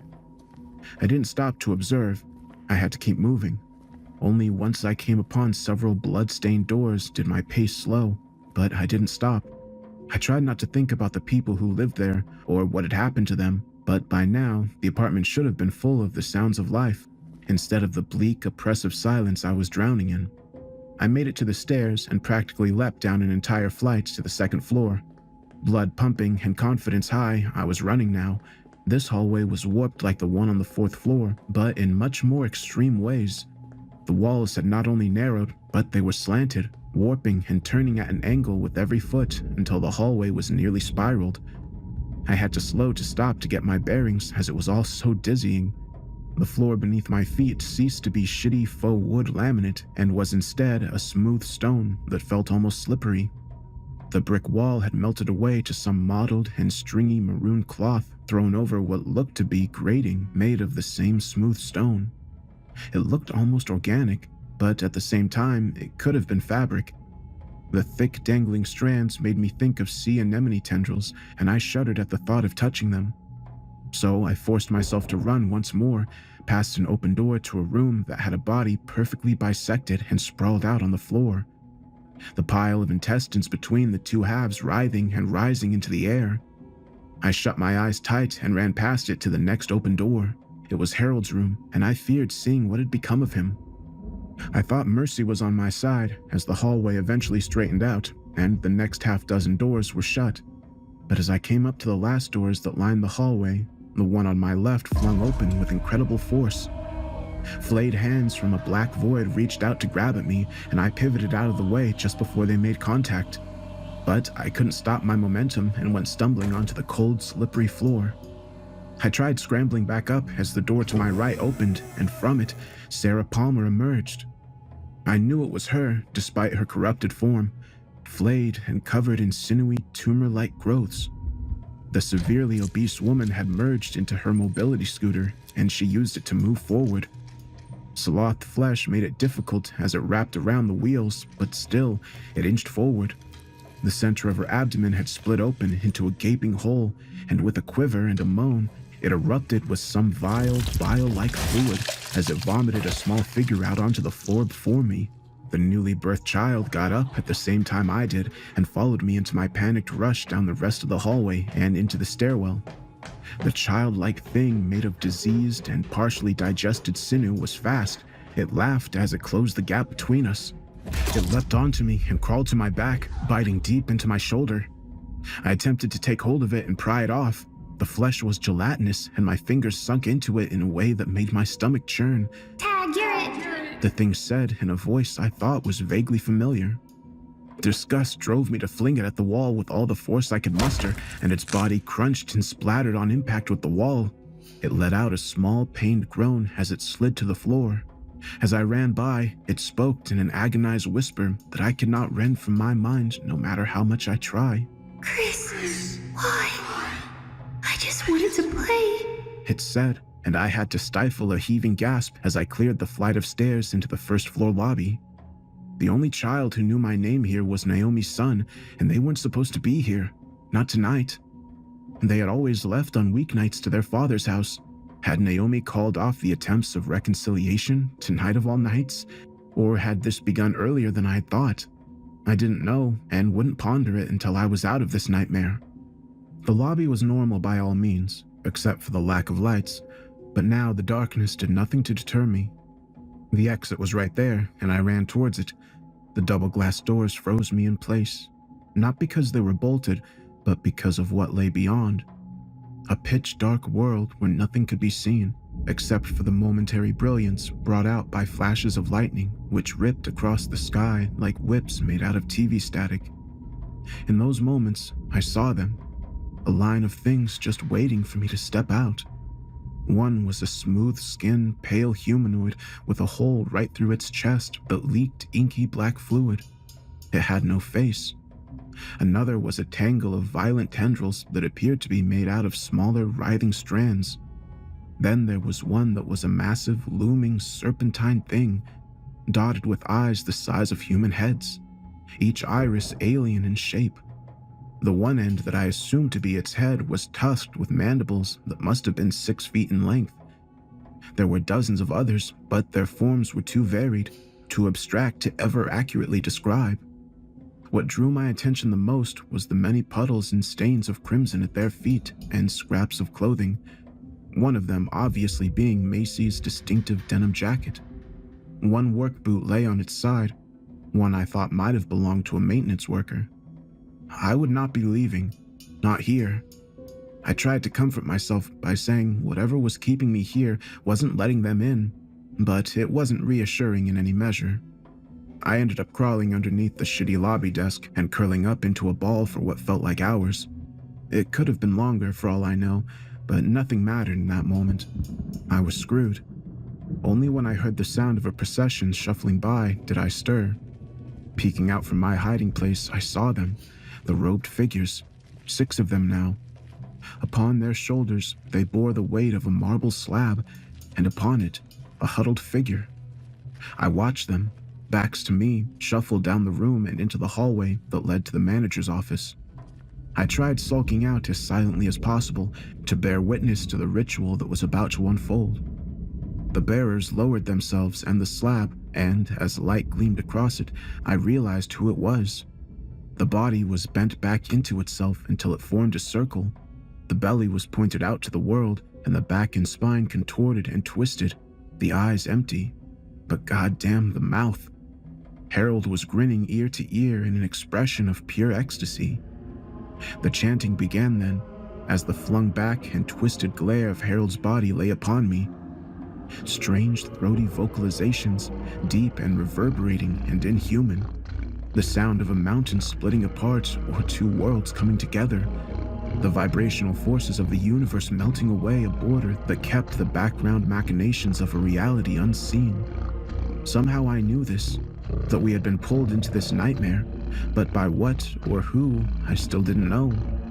They continued the hum chants until the space in front of them began to ripple like water, and when they ceased, so too did the distortion. Half a heartbeat passed before it shattered like glass, and beyond it, a massive eye. I flinched, hoping it didn't see me, but if it did, it must not have cared, since it retreated back into the darkness before something emerged from the portal. A spindly, arachnid leg covered in jagged angles and spines stepped out, followed by another and another. until a towering, pinwheeled monstrosity of legs and appendages emerging from a central core stood before the cultists. An eye with concentric pupils was at its center, and the rest of it radiated out like a sea urchin. Every aspect of it told of the agonies it could inflict. It looked like pain incarnate, with the sheer amount of sharp corners and serrated spines. Every inch of its being was meant to cause harm, and the longer I looked at it, the more detail came to me. Hooks and scythed ends, tendrils laden with hungry, gnashing mouths. The thing that stood out the most was the way it distorted the space around it. Though it was within a confined space as I gazed upon it, it seemed to expand the air around it so that some hidden aspect of itself could be felt. This was a part of a much larger whole, and I got the impression that some massive hands on a cosmic scale held this thing out before us, and yet they were one and the same. I looked away, not wanting to gaze upon this abomination, this emanation of pain any longer. It spoke in an alien language then, a sound so vile, like a rusty nail being dragged along my eardrums and corneas. But I understood it. Unmistakable gratitude.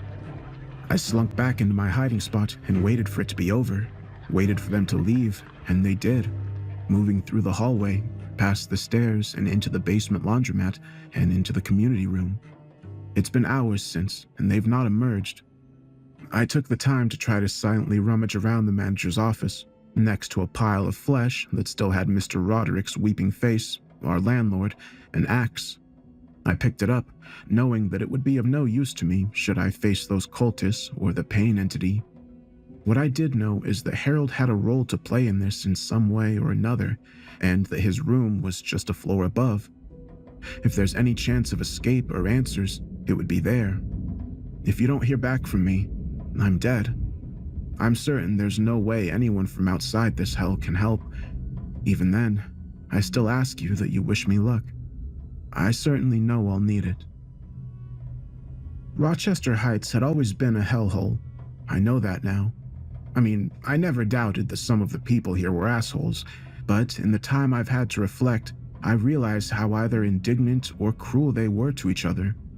Maybe when people group together like that with no goal beyond inhabitants, unpleasant things arise. I lamented once that to them I was nothing but a sulking shadow, only half remembered. Once my landlord had forgotten that I even lived there and sent Tony to get the place ready for a new tenant. Now, I'm not so sure I mind as much. Being one of the forgotten ones might have saved my life. I was ready for the horrors of the second-floor hallway, meeting the grasping hands with an overhead axe swing that nearly severed one hand at the wrist. Pulling back, I used the butt of it to smash away another grasping hand until I could slip past them. Sarah Palmer was next, swiveling around in her mobility scooter to face me, but it was too late. The heel of the axe sunk into flesh, soft as putty, and as I yanked the axe loose, half her face sloughed off. I heard her chuckle as I ran past. Something was burning in me. Even if I died here, I had to know the what and how of Rochester's descent into madness. Harold's room door was still ajar, and I made sure to bolt the door the moment I ran in. Only then did I slowly turn around. I thought it was graphorrhea at first. I had read about it one late night, a disorder most often associated with schizophrenics, the incoherent ramblings written and spoken. The living room floor and adjacent floor contained countless sharp-edged sigils and graphs. They looked occultic in their configurations, but the actual characters themselves were completely foreign. Dead center at the circle was free of the scrawl, but stained with brownish-red blood. I knew it was where Tony had found Harold's body. There was a journal left on the coffee table, and flipping through it, I confirmed that it was his. In the few moments I had in the room, I didn't have much time to really understand its contents, and though I still have it, and have spent hours since poring over it, I've only been able to come up with a rudimentary understanding of what Harold was onto. Harold moved back in with his mother after an episode that cost him his job a year prior. They lived off her social security checks, and he deeply resented her for her advanced age. Every day she'd wake up with less of her mind intact. He was also having issues with extreme sexual frustration and began clinging delusionally to Joanne's politeness as a signal that she wanted him. The confrontation with her boyfriend Carter was the breaking point. It wasn't the reason why he did all this, but it was the final straw. But he had reason to resent everyone here, and he detailed all his grievances, big and small. I learned then the difference between being someone pushed to the wayside, but still scrutinized with an eye of assumed threat like Harold, and being forgotten altogether like me. In his pages upon pages of detailed slights, never once did my name come up. My existence failed to register to someone who was uncomfortably similar. It made me feel bitter, and I don't know why. Then there was talk of what he dubbed the background world. I still don't quite understand what it was or its purpose, but that's the thing that ties this all together. I'll let Harold explain in his own words. I first saw it in a dream, then a vision. It started with a tusked worm taking a bite out of the thin air. Like a scalloped finger, it peeled back what I thought was real to show me the machinations that ran behind what could be seen. Two places within the same space, but never allowed to touch or interact. As above, so below, and from below to above. Everything is mirrored. If it exists here in our layer, it exists below, within the background world. That was the first rule it told me, the most important for creating an interstice where we can finally meet. The second rule is that for an autarch to touch the human domain, something must be offered to it.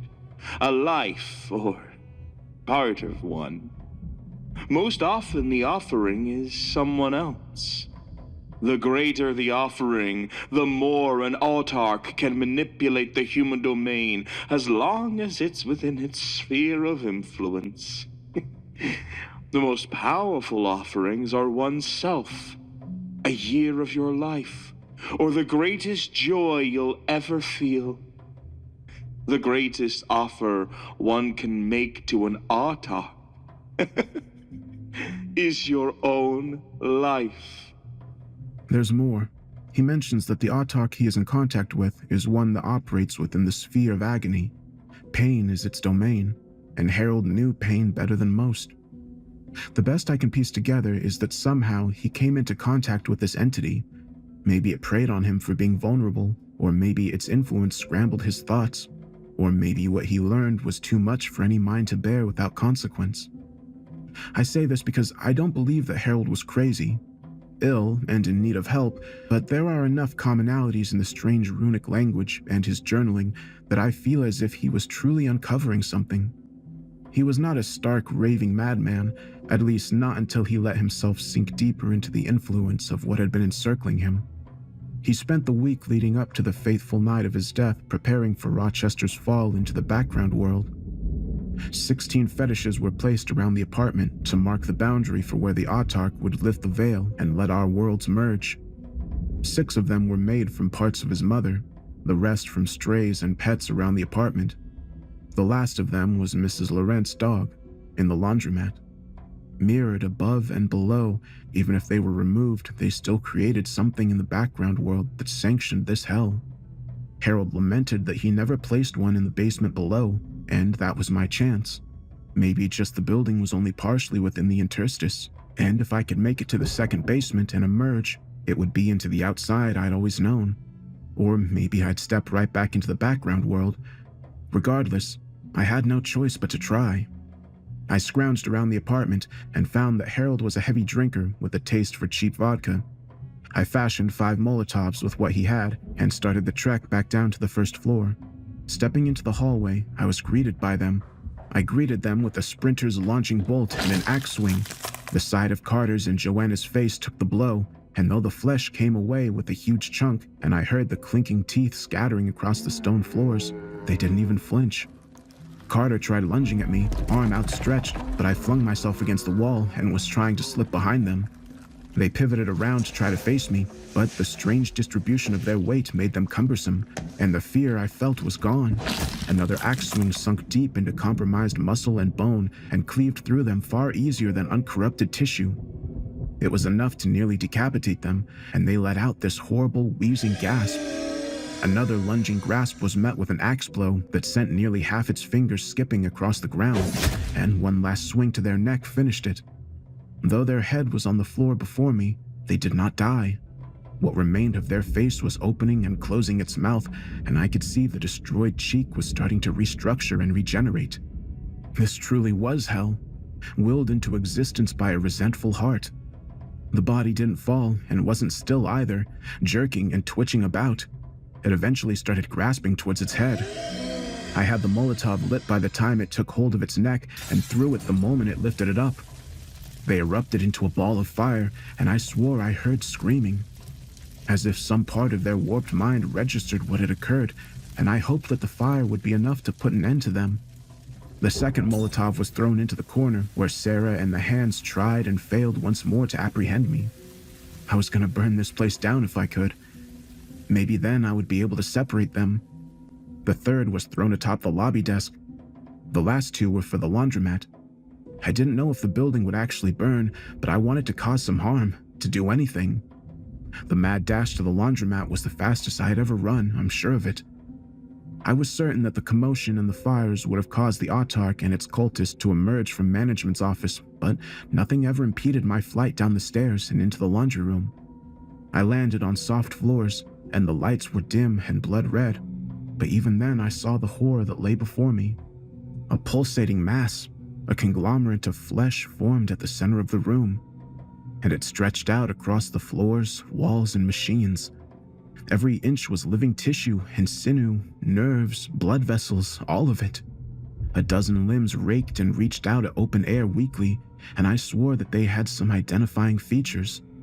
A watch that could have belonged to Jose from the 7th floor.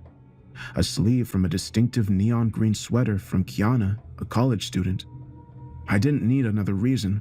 The fourth Molotov was thrown on the fleshy floor behind me, and the final directly at the tumor. The dark was eclipsed by the burning sun that stood before me. The threshold of the sub-basement and my hopeful exit was before me now, but I hesitated for a moment.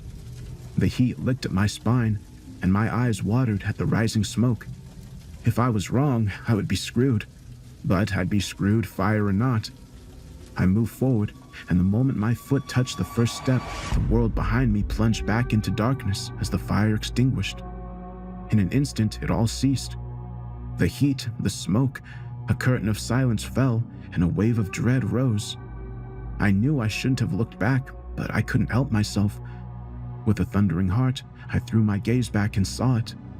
The Autarch of agony that had caused all of this, goaded and tempted Harold with its promise of pain to all he hated. The center of its eye blossomed before me and grew to encompass all before it in its vision. Yes, it was a vision that it showed me.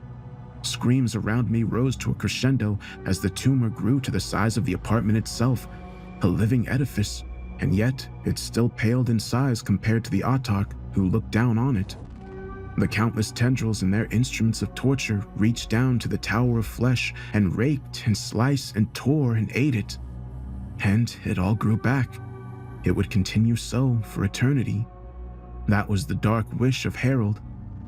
The thing began to bulge and split apart, a perfect copy of its spherical form, mitosis. This thing could split itself, and that's how it planned to fulfill its promise and continue to operate without being bound to it. I screamed, or I think I did, because when I was able to pry my eyes away from it to look around, I saw the shadow of my exit, the descent into the sub-basement. I ran, refusing to look back. I couldn't look back. So into the murky depths I went. I had been in the sub-basement once before. Small and damp, it had only a few fold-up tables and chairs. There were no entries or exits except a small narrow staircase and a seldom-used door, leftovers from a bygone era. It was barred and locked at all times, but the door was old, wooden, and I was certain it would only take a good kick to break it down. But what lay before me was not the basement.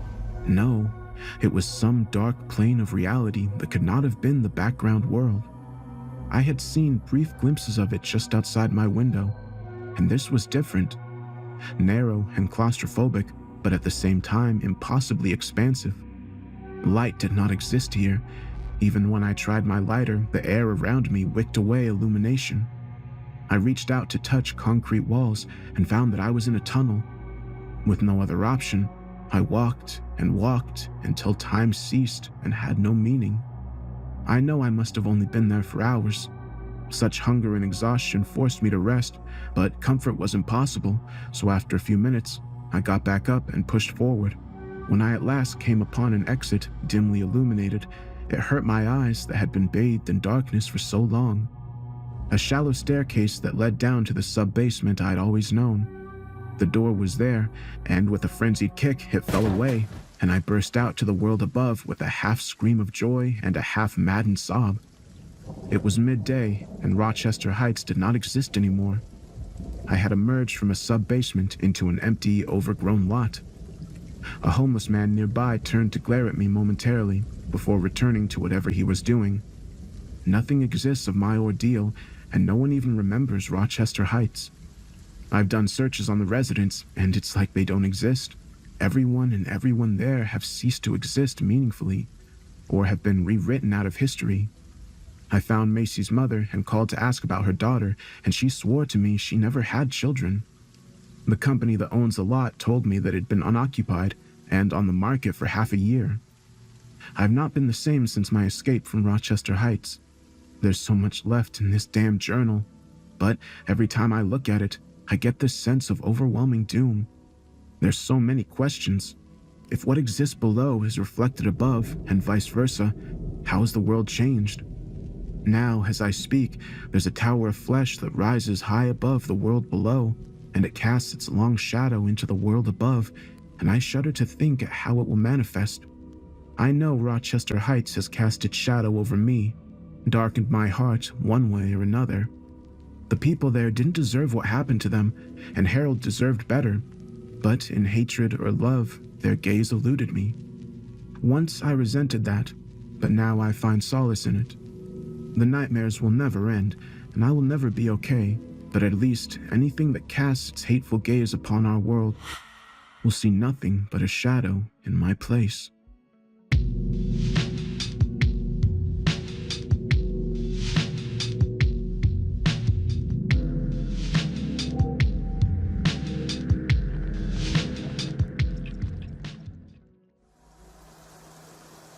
Every night, no matter the weather, something walks down our street, whistling softly. You can only hear it if you're in the living room or the kitchen when they walk by, and it always starts at exactly 3:03. The sound is faint at first, somewhere near the beginning of the lane near the Carson place. We're towards the middle of the street, so the whistling moves past us before fading away in the direction of the cul-de-sac. When I was younger, my sister and I would sneak into the kitchen some nights to listen. Mom and Dad didn't like that, and we'd catch hell if they found us out there, but they were never too hard on us, since we always stuck to the one big rule. Don't try to look at whatever was whistling. My neighborhood is a funny place. I've lived here since I was 6, and I love it. The houses are small but well kept, good-sized yards, and plenty of places to roam. There are a lot of other kids here my age. I turned 13 back in October. We grew up together and would always play foursquare in the cul-de-sac or roam around from back porch to back porch in the summer. This was a good place to grow up. I'm old enough to see it. And there's only 2 strange things here: the night whistling and the good luck. The whistling never bothered me much.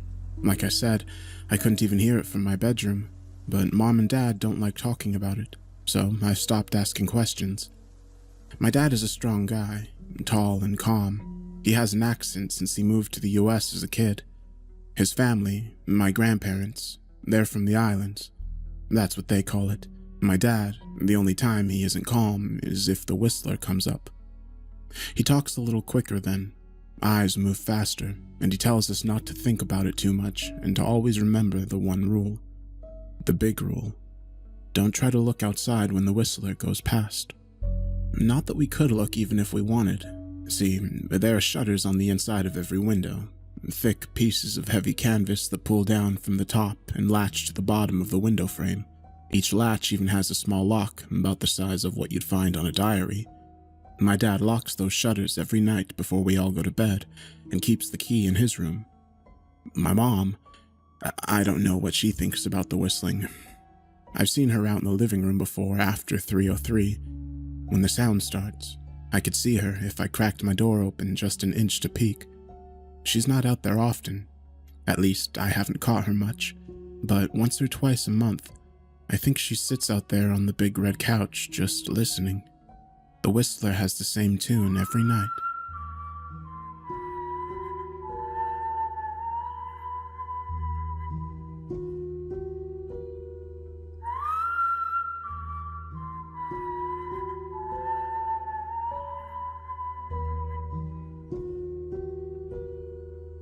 Remember how I said there are two odd things about where I live? Well, besides our night whistler, everyone in my neighborhood is really lucky. It's hard to explain, and Dad doesn't like us talking about this part much either, but good things just seem to happen to the people around here a lot. Usually it's small things, winning a radio contest or getting an unexpected promotion at work or finding some arrowheads buried in the yard, you know, the authentic kind. The weather is pretty good, and there's no crime, and everybody's gardens bloom extra bright in the fall. A million little blessings I've heard Mom say about living here. But the main reason we stay here, why we moved back here in the first place, is my sister Nola. She was born very sick, something with her lungs. We couldn't even bring her home when she was born, only visit her in the hospital. She was so small, I remember. Small even compared to the other babies. A machine had to breathe for her. We moved into our house here to be closer to the hospital. As soon as we moved here, Nola started getting better. The doctors couldn't figure it out. They chalked it up to whatever they were doing, but we all could tell they were confused. But my parents knew. Even I knew. Nola getting better was just another of the million little blessings we got for living in our neighborhood. So that's why we stayed, even after we found out that for every small miracle that happens here every day, now and then, some bad things happen. But they only happen if you look for the whistler. See, our neighborhood has a welcoming committee. They show up with macaroni casserole and a gift basket and a manila folder whenever someone new moves in. They're very friendly. 4 people showed up when we moved in 7 years ago.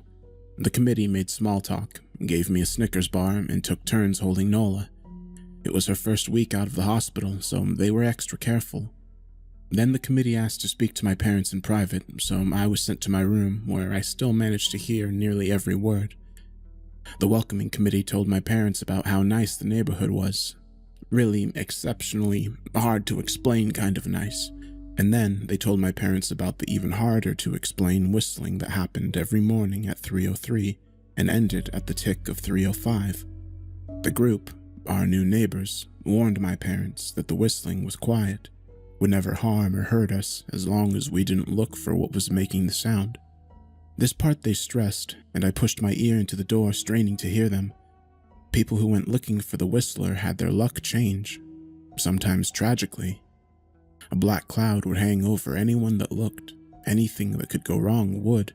The manila envelope the committee brought over contained newspaper clippings, stories about car crashes and ruined lives, public deaths and freak accidents. Not everyone dies, I heard the head of the committee tell my dad, but the life goes out of them. Even if they live, there's no light in them ever again. No presence. My mom, I could tell she wasn't taking it seriously. She kept asking if this was some kind of prank they play on new neighbors. At one point, my mom got angry, accused the committee of trying to scare us out of our new home, asked them if they were racist on the account of my dad being from the islands. My dad calmed her down, told her he could tell our new neighbors were sincere and that they were just trying to help us. He explained that he grew up hearing these kinds of stories from his mom and that he knew there were strange things that walked among us. Some of these strange things were good and some were bad, but most were just different. After the committee left, my dad went out to the hardware store bought the canvas blinds, the latches, and the locks, and installed them on every window in the house after dinner. That first night in our new house, I crept out of my room at 3 a.m., only to find my dad awake, sitting on the living room couch, holding my baby sister. My dad held up his finger in a shush motion, but patted the couch next to him. I sat, and we waited. At exactly 3:03, we heard the whistling. It came and it went, just like our neighbors said.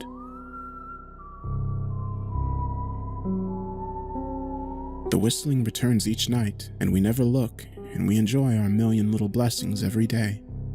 Nola breathes on her own, and she grows into a strong, clever girl. My dad even joined the welcoming committee. We don't get new neighbors often. Why would anyone want to leave? But when a new family moves in, my dad and the committee bring them macaroni casserole, the gift basket, and the manila folder. I can always tell by the look on my dad's face when he comes back if the family took the committee seriously or if we'd be getting new neighbors again very soon. Not long ago, the family moved in directly next to us. The previous owner, Miss Maddie, passed away at the age of 105. She'd lived a good, long life. Our neighbors seemed like they'd fit in just fine. They believed the welcoming committee and took my dad's advice about the locking shutters since they had a young child of their own. Whatever newspaper clippings were in the manila envelope, whatever evidence, my dad never let us see. But I imagine it must have been awfully convincing since our neighbors got along with no issue for the first month. One night, when our new neighbors had to leave town, they sent their son, Holden, to stay with us. He was 12, a year under me in school. I didn't know him well before that night, but as soon as his parents dropped him off after dinner, I could tell it was going to be a bad time. "Do you know who was always out there whistling every night?" Holden asked me the moment the adults left the room. The three of us were sitting in the den, some Disney movie playing idly on the TV. My sister and I exchanged a glance. "We don't talk about it," I said. "I think it's that weirdo that lives in the big yellow house in the corner," Holden said. Mr. Toles? My sister asked. No way. He's really nice. Holden shrugged. Must be a psycho killer then. Nola tensed. "We don't talk about it," I repeated. "Let's go in my room and play Nintendo." We spent the next few hours playing games, eating popcorn, and then watching movies. A typical sleepover, but I could see Holden was getting antsy. After my parents had wished us a good night, locked the blinds, and gone to bed, Holden stood up from his beanbag and walked over to where Nola and I were sitting on my bed. "Have you ever even tried looking?" he asked. "It's nearly time." Like most sleepovers, we'd conveniently ignored any suggestion of a bedtime. I was shocked to see he was right. It was almost 3 a.m. I sighed. "We don't. See, I can't. I can't even try to look because my dad locks the blinds every night and hides the key," he continued, ignoring me. So does our dad. Nola said. "No," replied Holden. "No, he doesn't." "You saw him do it," I said, a little sharper than I meant to sound. Holden grinned. "Your dad locks the blinds, yeah, but he doesn't hide the key. He keeps it right on his keychain." "So?" I asked, worried I already knew what he would say next. Because I had noticed that my dad didn't bother hiding the key anymore after all these years, because he knew we took it seriously. "So, after your dad locked up, but before your parents went to bed, I went to the bathroom, and on my way, I may have peeked into their room, and I may have seen your dad's keychain on his nightstand, and I maybe went and borrowed the key to the blinds." Nola and I stared, and his grin only grew wider. "You're lying," I said. Holden shrugged. "You can check if you want. Just open your parents' door and look. You'll see his keychain right there on the nightstand." "Stay here," I told both of them. "Don't move a muscle." I hurried over to my parents' room, but hesitated at the door. If Holden wasn't lying, my dad would be angry. Beyond angry. I was scared thinking about it, but more scared of an open window with the whistler right outside. I opened the door, barely an inch, and looked in, but it was too dark to see. Taking a deep breath, I walked into the room. 2 steps into the dark, and I froze. The whistling started, and I could hear it clearly, from my parents' room. I never realized, but they must have heard the sound every night since we moved into the house. They never told us. I don't think I could have slept through it.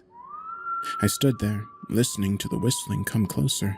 Unsure whether I should turn on the lights or call out for my dad, soft sounds from the living room brought me back to reality. Nola! I yelled, running out of my parents' room. Holden and Nola were standing near the front door next to the window. Holden wasn't lying. I could see him fumbling with the lock on one of the blinds. I heard a click. He did have the key. Holden let out a quick laugh. Nola stood next to him, hunched up, afraid but maybe curious. The whistling was right outside of our house now. I think I made a sound, called out. I can't remember. Time felt frozen, the clock hands nailed to the face. But I found myself moving. I'm not fast. I've never been athletic. Somehow, though, I covered the space between myself and Nola in a moment. My eyes were locked on her, but I heard Holden pull the blind all the way down so it could release. I heard the snap of it start to raise, and I heard the whistling just on the other side of the window, but I had my arms around Nola, and I turned so she was facing away from the window. At the same time, I jammed my eyes shut, and the blinds whipped open. The whistling stopped. I felt Nola shaking in my arms. "Don't look, okay?" I told her. "Don't turn around." We were positioned so that she was facing back towards the hallway and I was facing the window. My eyes were still closed, and I felt her nod into my shoulder. I reached out with the arm not holding Nola to try to touch Holden. My hand brushed against his arm. He was shaking worse than Nola. "Holden?" I asked. Silence. I reached past him and gingerly felt for the window, eyes still sealed shut. The glass was cold against my fingertips, colder than it should have been for the time of the year. I moved my hand up the window, searching for the string to the blind. The glass began to get warmer, and the further I reached, there was a gentle hum feeding back into my fingertips. I tried not to think about what might be on the other side of the window. Finally, I touched the string and yanked the blind shut. I opened my eyes. In the dim light leaking out from the kitchen, I could make out Holden, pale and small, staring at the now closed window. "Holden?" I asked again. He turned towards me and he screamed. Everything became a flurry of emotion. Lights sparked to life in the hallway, then the living room. My parents' footsteps thudded across the hardwood floor. I didn't turn to look back at them. My eyes were glued to Holden. He was pale, had bit his lips so hard that there was a thin red line of blood running down his chin, and he'd wet himself. "What happened?" my dad asked from behind me. I managed to swivel away from Holden and look back. He looked. I'd never seen my dad scared before, but I saw it that night, in that moment. An old, ugly tear stitched on his face. A parent's fear. "Just Holden?" He mouthed to me.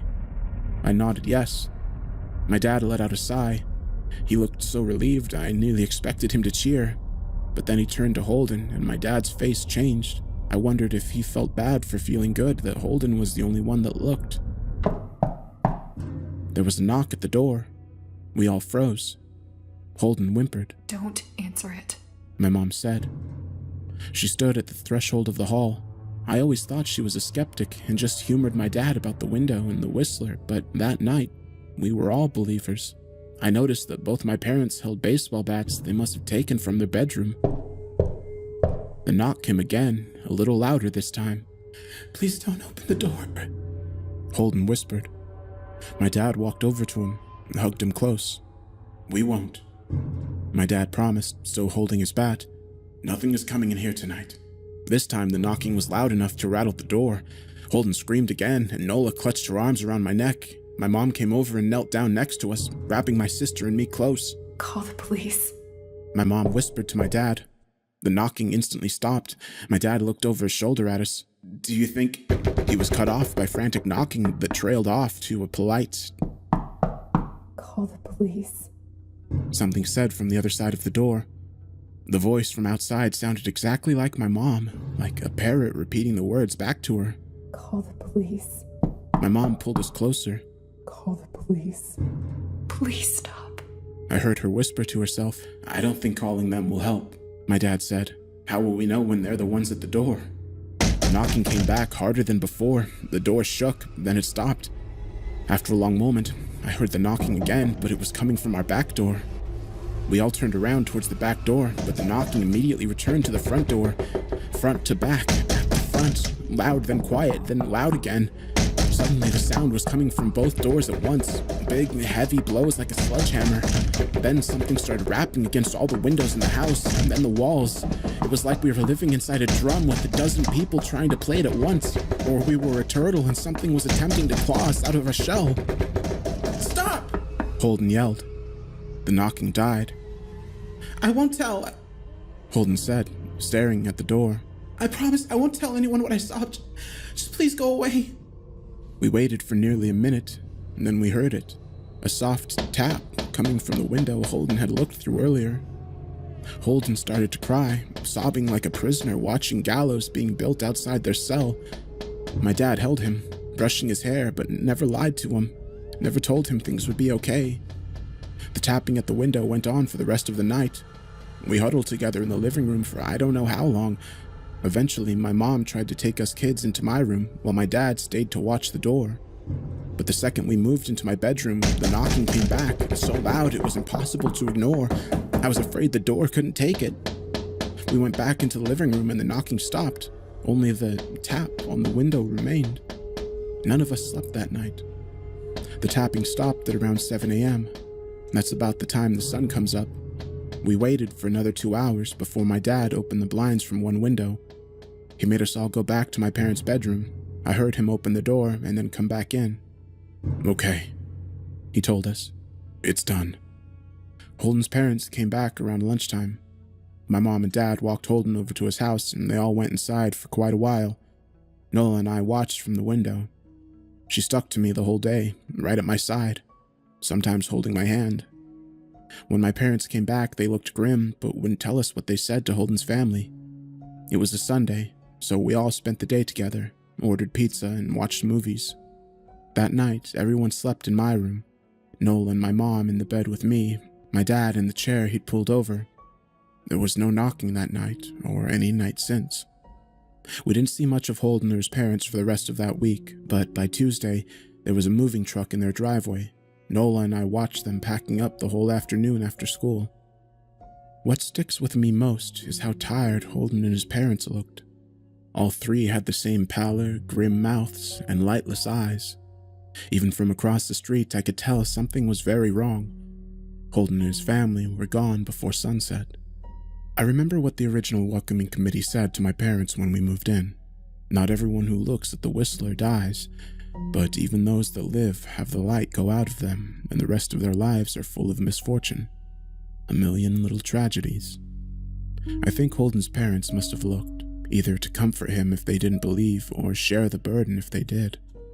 I watch Nola some days, happy and young and alive, and I wonder if I'd been slower, if she'd looked out the window that night.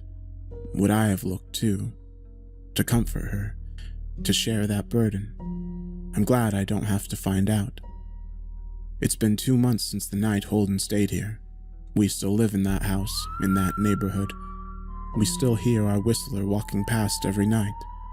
The blessings, the luck, the good things here are too good to leave, but we're careful.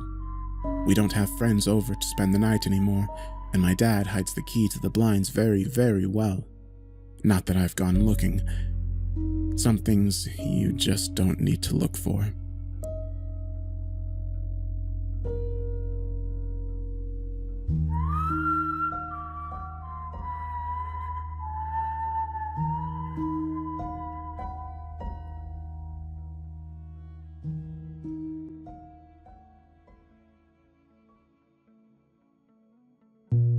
Every house in my town has a weather vane.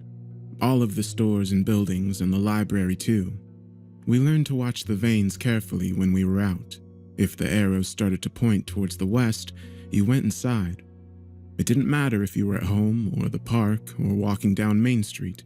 If a west wind blew, you went inside as fast as you could. I was working a shift after school at Burger when an early dinner rush started. It quickly turned into a full-on crowd migration. I shared a look with Tony, the cook. We only saw traffic like that when the wind was up and people were ducking inside wherever they could.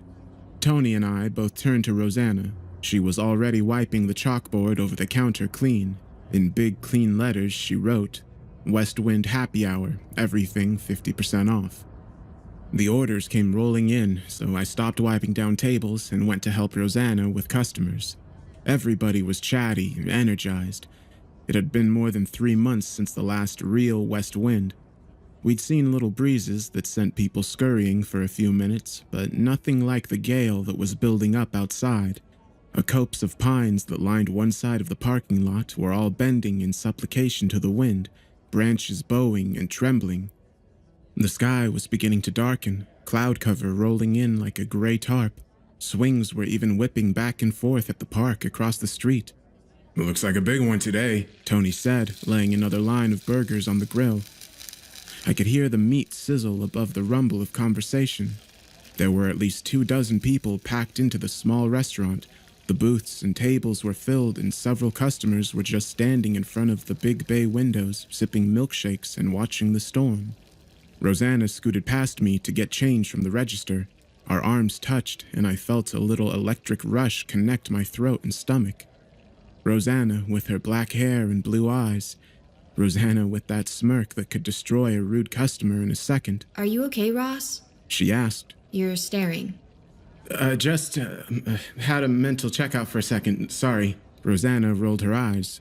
Get it in gear, cowboy. Others are waiting, and I can hear Tony cursing at the milkshake mixer. Maybe you should... She stopped talking. The whole room stopped. 24 voices all collectively muted at once. We all saw the same thing.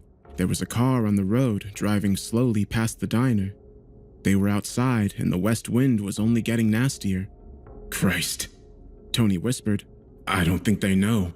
The car, a sapphire blue sedan, was moving at a crawl. I saw 2 people inside, the one behind the wheel gesturing towards the park. They had out-of-state license plates. Tourists, probably just passing through town. They wouldn't know. Of course they wouldn't know. Our town's little quirk wasn't a secret exactly, but we were isolated. Didn't see too many visitors, and the winds were rare enough that usually everyone was inside and safe by the time it really got blowing. Usually. Being out in a car while the west wind was roaring wasn't a death sentence. My dad had a long talk with me when I'd gotten my license. "If the wind is just starting, pull over and go inside any way you can," he told me. The 2 of us sitting in my brand new 15-year-old Chevy pickup. "If the wind is coming in hard and you're not in town, drive east. You'll be fine if you can make it 5 miles or so in that direction. You'll notice the wind doesn't blow the same once you're that far out of town limits. Go past the Wainwright farm a good way and you're safe. Now, if you're ever caught out driving for whatever reason, when it's getting ugly and the sky is black and you start seeing shadows out there where they shouldn't be, you park the car, roll up the windows, lock the doors, and you hunker down. Keep the car running, play the radio as loud as you can, and try not to even look outside. Then you wait until the wind dies." But the blue Ford inching down the street didn't look like it was going to park at the diner, and it wasn't driving away from the wind. It was heading west, towards the valley, towards the source of the storm. The clouds above looked like a wool blanket that had been ripped to pieces and stuck back together. We could hear the wind now whistling past the windows, plucking leaves from trees. "Turn around," I heard Rosanna whisper. "Get the fuck out of town." The Ford continued its slow motion roll. Lights began to flicker inside of the restaurant. Then they went out. That usually happened when the wind was up, but rarely this soon. "This is going to be a bad one," Tony said. The crowd of customers was restless, nearly everyone standing at a window watching the car. I was trying to mentally tell them to turn around, to hit the gas, to head east like the devil was licking at their heels. Or if they at least parked and bunkered down, they might be able to wait out the wind.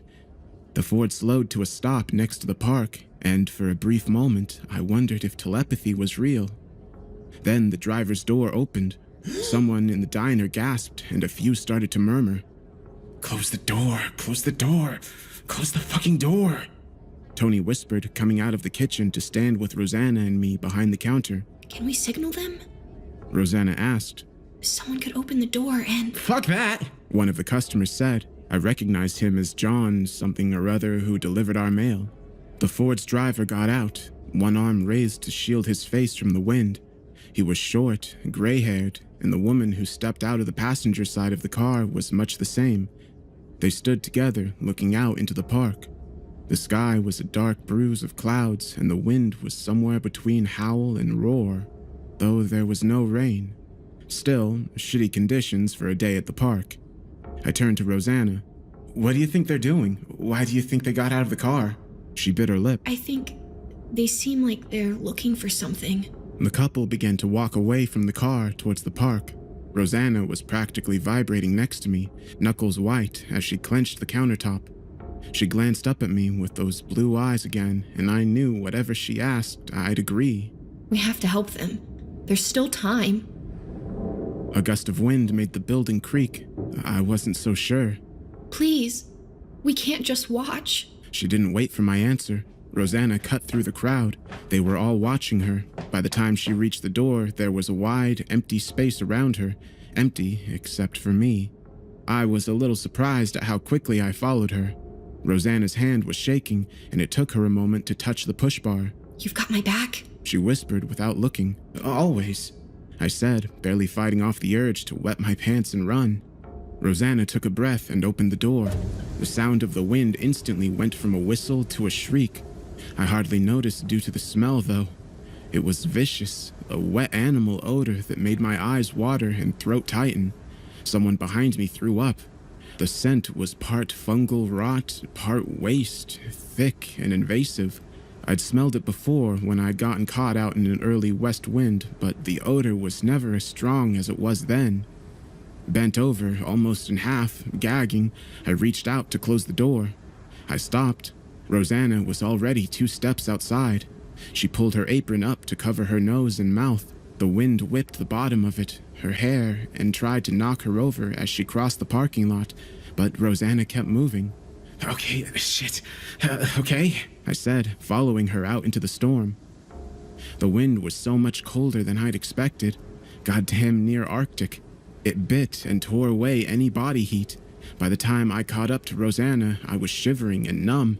The old couple was still standing next to their car, looking out towards the park. Nearby trees were bending so far in the gale I thought some might snap. Leaves blew away in green bursts. Hey! Rosanna shouted towards the strangers. It's not safe out here! You need to come with us! We were halfway across the parking lot, maybe 100 feet from the couple. They didn't hear Rosanna, or they ignored her. A vein of purple lightning shot through the cloud cover. There was a croak of thunder, but it sounded warped, like someone had recorded it and played it in reverse. Still no rain. Rosanna and I kept moving forward, hunched over and taking slow steps. Both of us were breathing hard by the time we crossed the parking lot. The wind had a way of ripping the air right out of your lungs. The rancid odor made it impossible for me to inhale through my nose, making everything even more miserable. Another bolt of violet lightning lit up the parking lot. Rosanna and I both stopped. Shadows cast by the flash lingered on the ground long after the light faded. They looked like they were cast from about a dozen people gathered in a circle around us. "Rosie?" I whispered. I see them. The shadows were still. Rosanna and I shared a glance. I don't think either of us was eager to try to walk around them. Lightning went off again, and the shadows evaporated for a moment, then returned much closer. Instead of a dozen shapes, there were now too many to count. Fuck this, Rosanna said. She ran. I followed. We went over the shadows at the same time. It was like running through a mix of sand and oil. The cold from the wind was drowned out by a terrible heat for a few seconds. So intense, I gasped. Once I was past the shadows, the temperature dropped like a bird with a broken wing. I was shaking again, not just from the cold. More of the strange thunder, more lightning. The west wind was nearly knocking me off my feet. "We have to go back!" I yelled to Rosanna. She shook her head, dark hair flying in the wind. We're close! They're coming back with us! The couple hadn't moved from their position on either side of the car. They were both staring out for something in the park, exactly as they'd been for several minutes now. In fact, neither seemed to have shifted at all. Same body language, same everything. "Something's wrong," I said, stopping. Rosanna was pressing forward. What? "We need to..." The rest of my words were lost in the rush of water. It was finally raining. We were out of time. "Come on!" I yelled, reaching out for Rosanna. She was too far away and still moving towards the couple. I'd never been caught in the rain during a west wind storm before. It's not an experience I ever want to repeat. The drops came down cold and oily. There was a tingle, nearly a burn, when the water touched any skin, and the rotting smell got so much worse. I could barely see through the downpour, and I bumped into Rosanna's back. She was shaking. "Are you cold?" I asked. She shook her head. I looked past her and understood. The couple had moved. Now they were standing at the edge of the parking lot between the diner and the park facing us. Everything about their features was off. No lines on their faces at all. All smooth, artificial. Even in the rain, I could see that their eyes, nose, and lips were all horribly perfect and so similar. Like dolls. It was a trick, Rosanna whispered. Something tugged on my leg. I looked down. Nothing. Not just nothing, but an absence. An empty pocket of air in the shape of a crawling human outlined in the rain. Rosanna made a sound like a whimper. There were dozens of invisible shapes all around us, dragging, limping, closing in slowly. "Rosie!" I said, reaching for her hand. "We have to go!" I pulled, but she didn't move. Rosanna began making a choking sound. "Rose?" I stepped forward and saw it. One of the outlines had her by the throat and was forcing her jaw open. Another invisible thing was wrapping around her leg. I tried to kick at it and felt no resistance. My foot passed through the rain into a dry spot, then back into the water. The same effect happened when I attempted to push the entity choking Rosanna back. It was like the creatures were only physically present when they wanted to be. Not having any other options, I picked Rosanna up. She was small, light, and still choking. I ran all of about 8 feet before a grip clamped down on my leg. My calf lit up with electric agony as something bit into the meat. I screamed and the wind stole the sound. More invisible teeth punctured my arms, my back, even my eye. Rosanna was convulsing, and it was all I could do to keep standing. Then, a horrible pressure took my jaw and I felt my mouth being forced open. I knew I was going to die. I hoped it would be just death. Everything in me was ripping, breaking, screaming, and some outside force was making its way in. Thoughts that weren't my own started to drip down behind my eyes. Violent thoughts, hungry dreams. Strong hands on me again, not hurting though, lifting. Through blurry eyes and rain, I turned and saw a man next to Rosanna and me. Tony. "Fucking run!" he said, picking up Rosie over one shoulder, using his free arm to support me. The biting got worse and the rain pushed me back, but I ran, tripping and shaking loose from invisible fingers.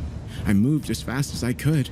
It seemed like it took a year to cross the parking lot, and then all 3 of us were back inside the diner. The moment the door closed behind me, all of the pain and pressure was gone. The wind roared outside, but couldn't get in. Tony was pale and wheezing, but otherwise fine. He'd put Rosanna in one of the booths. She was curled up, small. I staggered over to her and touched her arm. "Rosie?" She looked up at me with the brightest green eyes. The storm should be over soon, Rosanna said. Her voice buzzed for a moment, like a room speaking all at once. By the time Rosie said her last word, she sounded normal again. It might have just been my imagination.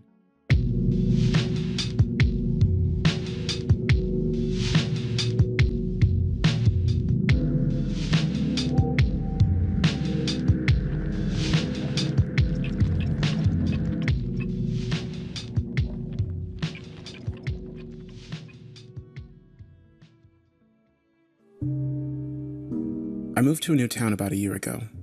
I was offered a job and was at a point in my life where I felt restless and eager all at once. A new job in a new town was exactly what I'd been waiting for. In 2 weeks' time, after saying goodbye to my friends and family, I packed up and made the 4-hour drive to my new apartment. It turns out, it's tough to make new friends once you're out of college. I settled into my job just fine, my coworkers and daily routine both to my liking. Meeting new people was difficult though. I didn't go to church. I didn't really go out much. I wasn't part of any club. After a couple of weeks of maddening isolation, I forced myself to go to a bar, determined not to leave until I met a few locals. I'm glad I went, because that's where I met Lydia. I happened to sit down next to her, and after I ordered my drink, she noticed me and smiled, commenting on my shirt. That sparked our conversation, and eventually, after a few drinks, I summoned the courage to ask her out to dinner. She said yes, and my life was suddenly exciting again. I couldn't stop thinking about her, couldn't spend enough time with her. She was amazing, and our date turned into 2, and then 3, until finally, she came over to my place for the night. In the morning, there was no question about how we felt about each other. As the weeks turned into months, our relationship only got better. We never fought, we never argued. Hell, we hardly frowned at one another. I knew that we hadn't been dating that long, but even so, everything was so perfect that I was convinced we would stay like this forever. One thing that did strike me as odd, though, was that she never wanted to spend the night at her place. She always ended up at my apartment, which was fine, but it still struck me as kind of strange. I had seen her place only once, and it seemed perfectly fine. Her apartment consisted of an entire top floor of a 3-story house, fairly old but well kept. I asked her about this once or twice, suggesting we end the evening in her bed, but she always wriggled out of it. I didn't press her too much, her excuses always mildly valid. Well, all of that changed. You see, we did end up at her place for the night. And, Christ, I wish I had listened to her. We were fairly drunk, the energy in the bar slowly winding to a dull murmur. I heard the bartender make last call, and I groggily looked at Lydia on her bar stool next to me. She gave me a tired and tipsy grin, and I asked if she was ready to go. She said yes, and we made our way outside. I realized that I was in no condition to drive. My car was parked behind the bar, and as we clung to each other for warmth, I voiced my concern. She told me she was too drunk to drive as well, and suggested we call an Uber. As I thought this over, I realized we were in correlation to her apartment. I told Lydia that we were only a couple blocks from her apartment, why don't we just crash there? She seemed to be waiting for this, knowing full well how close we were. I had only been there once, so my slogged mind had taken some time for the fact to catch up with my brain. After a long pause, she agreed, warily. It wasn't a long walk, the streets around us empty except for a few late-night stragglers. She lived pretty close to the center of town, and as we walked the brick sidewalk, I asked her how long she'd lived at her place. She said 3 years, but she was looking to move. She wanted to get a place a little quieter, a little more out in the country. I expected her to casually bring up moving in together, but she never did. After a few blocks, we arrived at her place. It was a large 3-story house with each floor rented out individually. She keyed her way into the front door, and I followed her up the flight of creaky stairs. At the very top was her door. This was only the second time that I'd been here, and as I looked around, I wondered why. She kept it very clean and organized. In fact, it was way cleaner than my place. The furnishings were elegant and crisp, modern in style, contrasting with the older building. I commented on how nice it was, and that we should spend more time here. She shrugged off my comment with a, maybe, and we began to settle in for the night. It was already late, so we cleaned up in the bathroom and retired to her bedroom. As we stripped and climbed into her queen-size bed, I noticed that she left the door open a crack. I thought that a little funny, seeing as how deliberate the action had been. I said nothing, though, and gratefully pulled the soft sheets over me. Lydia curled up next to me, casting a glance at her door. Then she settled her head on my chest. I pulled her tight against me and let out a long, happy sigh. I kissed her on the head, and I could feel her body relaxing against mine. It didn't take long before the two of us were fast asleep. It didn't last long.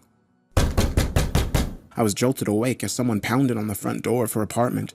I blinked and opened my eyes in the darkness. What time was it? Who the hell was that?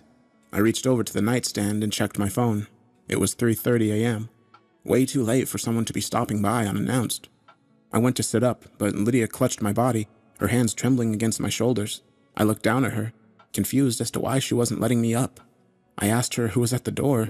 She didn't answer, just held me. Another trio of knocks, this time louder. I went to sit up again, asking her what was going on, but she looked at me with fear in her eyes. "Don't get up," she begged. I was thoroughly confused now, her reaction puzzling to me. Who was at the door? Was she keeping someone from me? Was she hiding something? I wondered if this was some ex-boyfriend, drunk and trying his luck. Just the thought of that made me want to get up and see who it was, size up this piece of shit. Who the hell did he think he was? Lydia was mine, and I wanted everyone to know that. I tried to pry Lydia off me, expressing my thoughts, but she shook her head, telling me it wasn't an ex. I wasn't sure I believed her, but I could tell that, regardless, She was terrified. She put her hands over her ears as another pounding on the front door echoed into her apartment. I took her face in my hands, forcing her to look at me. I told her that I needed to go see who it was. Maybe someone was in trouble, maybe something had happened. In truth, I just wanted to make sure it wasn't some asshole ex of hers. Tears began forming in her eyes, and she looked directly at me, bottom lip quivering. "Please, do not open that door." Another loud knock, as furious as the others. As I lay there, I noticed there was no yelling from the other side of the door. Typically, this late at night, the visitor would announce themselves. Mercifully, it stopped. I waited, unaware that I was holding my breath, waiting for the pounding to continue. But it didn't. Exhaling loudly, Lydia softened against me. I could tell that whatever had just happened had been a semi-traumatic experience for her. I tried to question her, but she begged me just to let her sleep. Stuttering, I forced myself to eat the questions crawling up my throat, and instead put a comforting arm around her. Soon I heard her breathing steady into the deep rhythm of sleep. I stared at the ceiling and wondered what the hell had just transpired. The next day was Saturday, so neither of us had to work. We woke up late, and I felt Lydia get up and go into the kitchen. As I enjoyed the warm bed, I began to smell coffee brewing. I smiled and forced myself up. It was a pleasant morning, both of us lounging on the couch, idly chatting about what we wanted to do that day. I didn't bring up last night's incident, waiting to see if she would. It was obvious she was avoiding the subject, refusing to even acknowledge it. She seemed to be in a good mood, though, so I decided to keep my mouth shut. When she wanted to talk about it, she would. Until then, I just needed to be a good boyfriend and not press her on it. I would be lying, though, if I didn't say every part of me was bursting with irritated curiosity. I just wanted to make sure that it wasn't some lover from the past, returned for some late-night action. As we finished our coffee, it began to rain outside, and I suggested we spend the day here, catching up on our TV shows and maybe cooking dinner together tonight. She seemed excited and agreed immediately, much to my surprise. I went and put on another pot of coffee as she queued up our show on Netflix that we were watching together. Glancing out at the gloomy day, I smiled and snuggled up next to Lydia, ready for our lazy day together. The hours slowly went on, both of us in full binge-watch mode, as episode after episode was played. The day peaked into a cloudy climax, and the dark gray outside began to fade into night. Both of us hadn't moved much, perfectly content on the couch, listening to the rain and television. After one of the episodes ended, she suggested we start making dinner. I agreed, feeling my stomach rumbling, and asked her what she wanted to make. After some discussion, we decided to try our hand at homemade Chinese. I turned on some music on my phone as she went to the kitchen and began pulling out ingredients. She tossed me an apron with a wink, and I laughed as I tied it around my waist. I went to her and took her in my arms, dancing her around the kitchen, lip-syncing the song that was playing. She giggled and told me I was ridiculous, but then kissed me, slowing my dance. We pulled away from each other and she began assembling the food. I wasn't much help, but I kept her entertained as she worked her culinary magic. We laughed and cycled through songs, our conversation light and flirtatious. After a lot of work, the food was finally done. We took our place on the couch again, piling the delicious-smelling feast in front of us on the coffee table. I queued up another episode and she shot me a smile, telling me that today had been amazing. I wholeheartedly agreed and kissed her. We dug in with a vengeance. Lydia had outdone herself, everything coming out perfect. I globbed down a couple of batter-fried pieces of chicken and told her we should do this again tomorrow. She agreed, but said she'd like to sleep at my place tonight. I cocked an eyebrow at her, swallowing my food, and asked why we wouldn't stay here tonight. She looked at me over her bowl of lo mein and said we had been here all day. Why not mix things up? I put the food down and threw an arm over the back of the couch, expressing to her how great it was here today, that we should just put a bow on it and stay here for the night. I was still in my undershirt and boxers, for Christ's sake. She looked at me a little unsteadily, wanting to argue with me, but knowing that she didn't have a good reason. At least, that's what I thought. I could see her struggling to come up with something, anything, to get us out of here tonight. Eventually, she just sighed and nodded silently. I smiled and rubbed her shoulder, telling her it was going to be great. As I turned back to my food, I wondered if her reservations about staying here had anything to do with the person at the door last night. But what did she have to be afraid of? I was here, and I sure as hell wasn't going to let anything happen to her. We finished our food and stretched out on the couch, pushing deeper into our show. Lydia laid down on top of me, and after a couple of hours in that position, I felt myself begin to drift off. I could feel Lydia doing the same, both of us surrendering to the food and steady rain.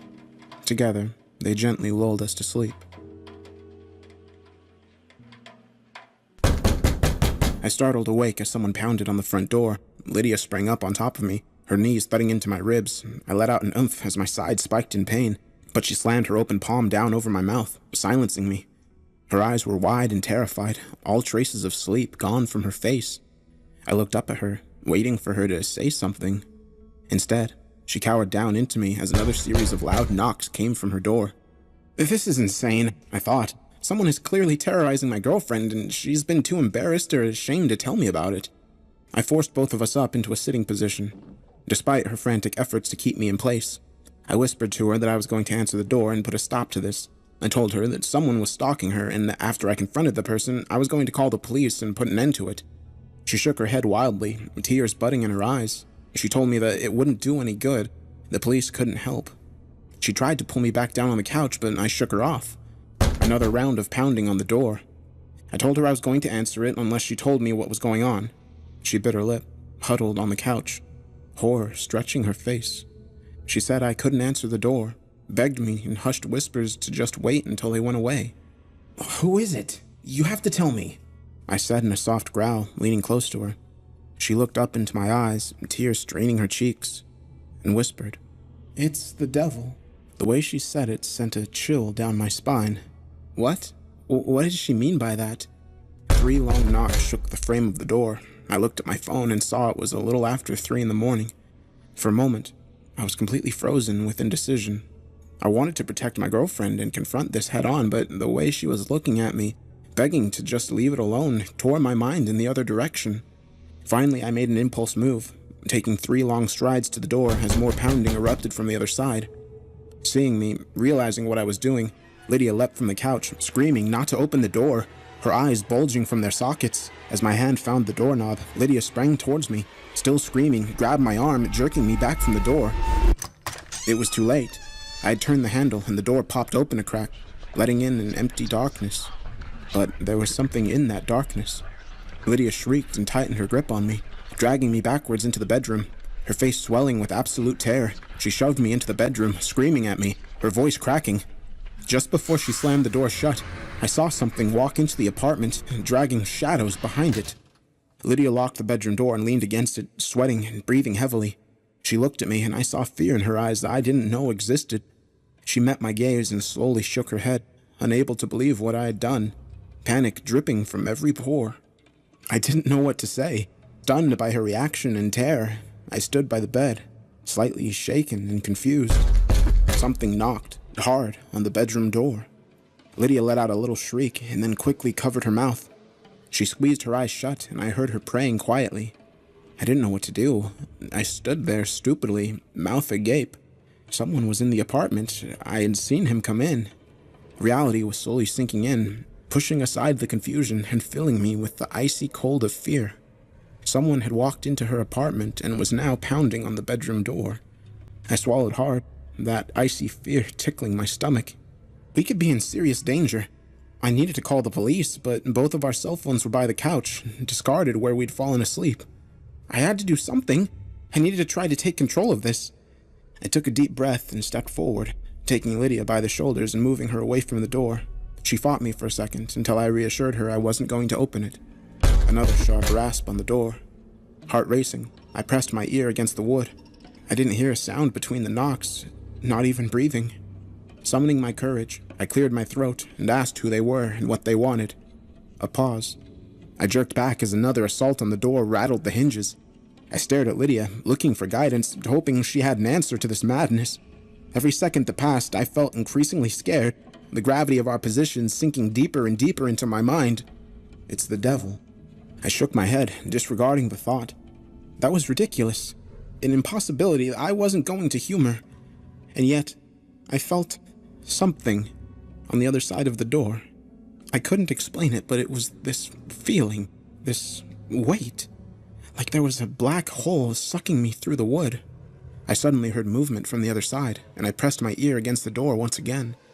I didn't hear anything, and I wondered if maybe, just maybe, the person had left. Quietly, I got down on my hands and knees and looked under the door. A large yellow eye and black face was staring at me from the other side. I screamed as soon as I saw it, pain rocketing through my eye socket. I fell back, clawing at my face as my vision swam and stars exploded in my skull. Lydia screamed and dropped to her knees next to me, asking what was wrong. After a few seconds, the pain receded and I blinked back tears. Lydia just held me, terrified, and I looked at her, rubbing my eye. Her lip was quivering and I could tell she believed what she had said, that whatever was on the other side of the door, she thought was the devil. I realized my own heart was racing, and I took a few steady breaths. That eye, I shivered, not even wanting to think about it. I had never seen anything like it, the way it dilated when it saw me. The sick yellow color. What the fuck was in here with us? Lydia curled into me, tears freely falling from her eyes. I was so confused and scared, I just put an arm around her and stared at the bottom of the door in the darkness. What was I supposed to do? Help me, what was I supposed to do? He's come for me. Lydia wept, sobbing openly now. I told him I was his if he would just give me happiness. I was a little girl. Parents were so mean. Her big wet eyes looked up into mine. I didn't know what I was doing. I'm so sorry. She covered her face now. God never answered my prayers and it was so sad. I just wanted to be happy, so I thought... She cried, big hoarse sobs racking her slender body. I took her face in my hands, forcing her to look up at me. Voice shaking, I asked what the hell she was talking about. A deep seed of terror rooting in my gut. Another bone-shaking series of knocking. She told me that when she was a little girl, her parents abused her. She cried herself to sleep night after night, begging God to send an angel to save her. God didn't seem to be listening, and so, finally, she turned to the other side. She promised the devil he could have her if he would only bring her happiness. 3 days later, her parents died in a car accident, and she moved in with her grandparents who loved her deeply. In the blackness of the bedroom, trapped and afraid, I listened to her story and felt nausea churn in my stomach like rotten butter. As the words poured out of her mouth, I couldn't shake the image of the eye staring back at me from under the door. I jumped as the wood splintered and whatever was behind the door shifted again, a new sound entering the darkness. It sounded like something was dragging nails across the wall just outside the bedroom. Over and over again, the muted scraping sound pierced the pockets of silence. I pulled Lydia up onto the bed and sat her at the foot of it. I stood in front of her, sweat trickling down my spine, and asked her what she was talking about, asked her if it was true. She started to cry again, hands reaching out for me, but I grabbed them and pulled them to her sides, asking her again, trying to block out the scraping sound against the wall. She nodded and said it was. She told me that for the past 6 months, if she was home, the knocking would start around 3 a.m. At first she thought it was an intruder and called the police, but when they didn't find any traces of anyone after 4 separate visits, they stopped taking her seriously.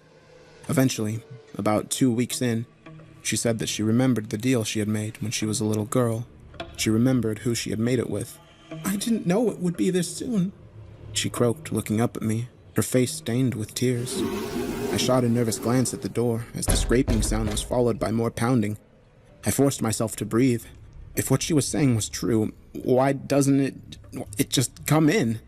What's stopping it from kicking the door in and snatching my girlfriend? I couldn't make sense of it and turned these questions on Lydia, still sobbing. She said she didn't know either. She said that whenever the knocking started, she would just wait until it stopped. Sometimes it would be a few minutes, other times it would last till morning. She said that she felt that it was powerless unless she opened the door and let it in. Something about the doors, the separation of victim and prey, stopped it. I didn't know if it was some supernatural reason or maybe spiritual, but either way, I was thankful for it. But now we were trapped with no way out. We were on the top floor, in the bedroom, with only one window looking out onto the street below. Our cell phones were out there with the thing, and we had no way of communicating with anyone from in here. Again, I didn't know what to do. My mouth was dry and hot, and my breath sore on my tongue. Shooting another glance at the door, I went to the window and looked out. Despite being in town, the streets were empty and the sky dark. I tried to open the window, but couldn't. My muscles strained as I pulled all my might into it, but it was no use. Lydia saw what I was trying to do and came over to help, mumbling that it should open. It always opened. Even with the two of us, we couldn't get it to budge. Frustrated, I slammed my fist into the pane as the bedroom door shook, accompanied by more scraping against the walls. It was useless. We were trapped in here. Lydia collapsed to the floor, backing herself against the wall, covering her ears against the barrage against the door. Exhausted and terrified, I slumped down next to her. We would have to wait it out. It's still knocking. Lydia is crying in my lap. We haven't moved. It has to leave us alone. She said it always does eventually. The sun will come up soon. The clock says it's 5 a.m. It's almost there. Please, let it stop. Why hasn't the sun come up yet? Something is wrong with my clock. It says it's 3 a.m. again. That can't be right. There's no one outside. There should be cars on the road, but I haven't seen a soul. And it's knocking again. I'm so tired. Screaming and pounding on the floor hasn't done any good. No one seems to hear us up here. I still haven't seen anyone outside. I tried breaking the window, but I can't even get it to crack. Something is going on. None of this is making any sense. It's still dark outside. Where is the sun? I haven't heard anything from the door in a little while. I'm praying it's over. I'm getting hungry. I don't know how long we've been in here. Lydia's asleep on the bed and cried herself to sleep. The knocking is back, louder than ever. I can feel it just beyond the door. I'm so goddamn scared. I don't know what to do. Where is everyone? Why hasn't someone come to see what's going on? I can't take this fucking knocking anymore. Lydia's crying. She said she's thirsty. I am too. I feel like we've been in here for days. I feel like I haven't seen the sun in ages. I'm starting to wonder if anyone is going to come for us. Whatever is outside the door, I think it's bent reality around us. I think we might be stuck here. There has to be a way out, though. I fell asleep. When I woke up, Lydia had her hand on the doorknob. I yanked her away, screaming at her. I can't lose her. We're going to get out of this. When I pulled Lydia away, the thing behind the door, the demon, the devil, or whatever it was, screamed at me. I've never heard such a terrifying fury in all of my life.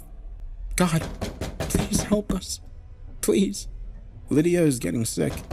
We're never getting out of this room unless I do something. We're both dehydrated and Lydia isn't going to make it much longer without some water.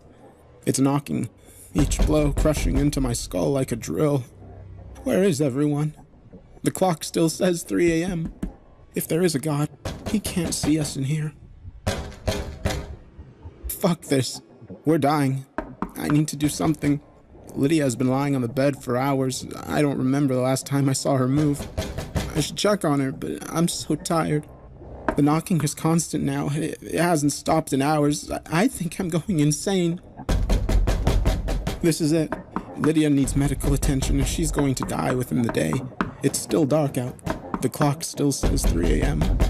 I feel like I'm going deaf. The constant thundering against the door, a relentless assault on my senses. I'm going to open the door. I have to, or we're going to die. Whatever awaits us on the other side of it, it can't be much worse than this. I have to try something. I can't just let her die. I can't. I'm going to open the door. I can hear it screaming again. It sounds like someone quickly flipping through radio stations. I don't know what it means. It can't be good. God, if you're out there, I could really use some help. Please, save us. I'm going to open the door now.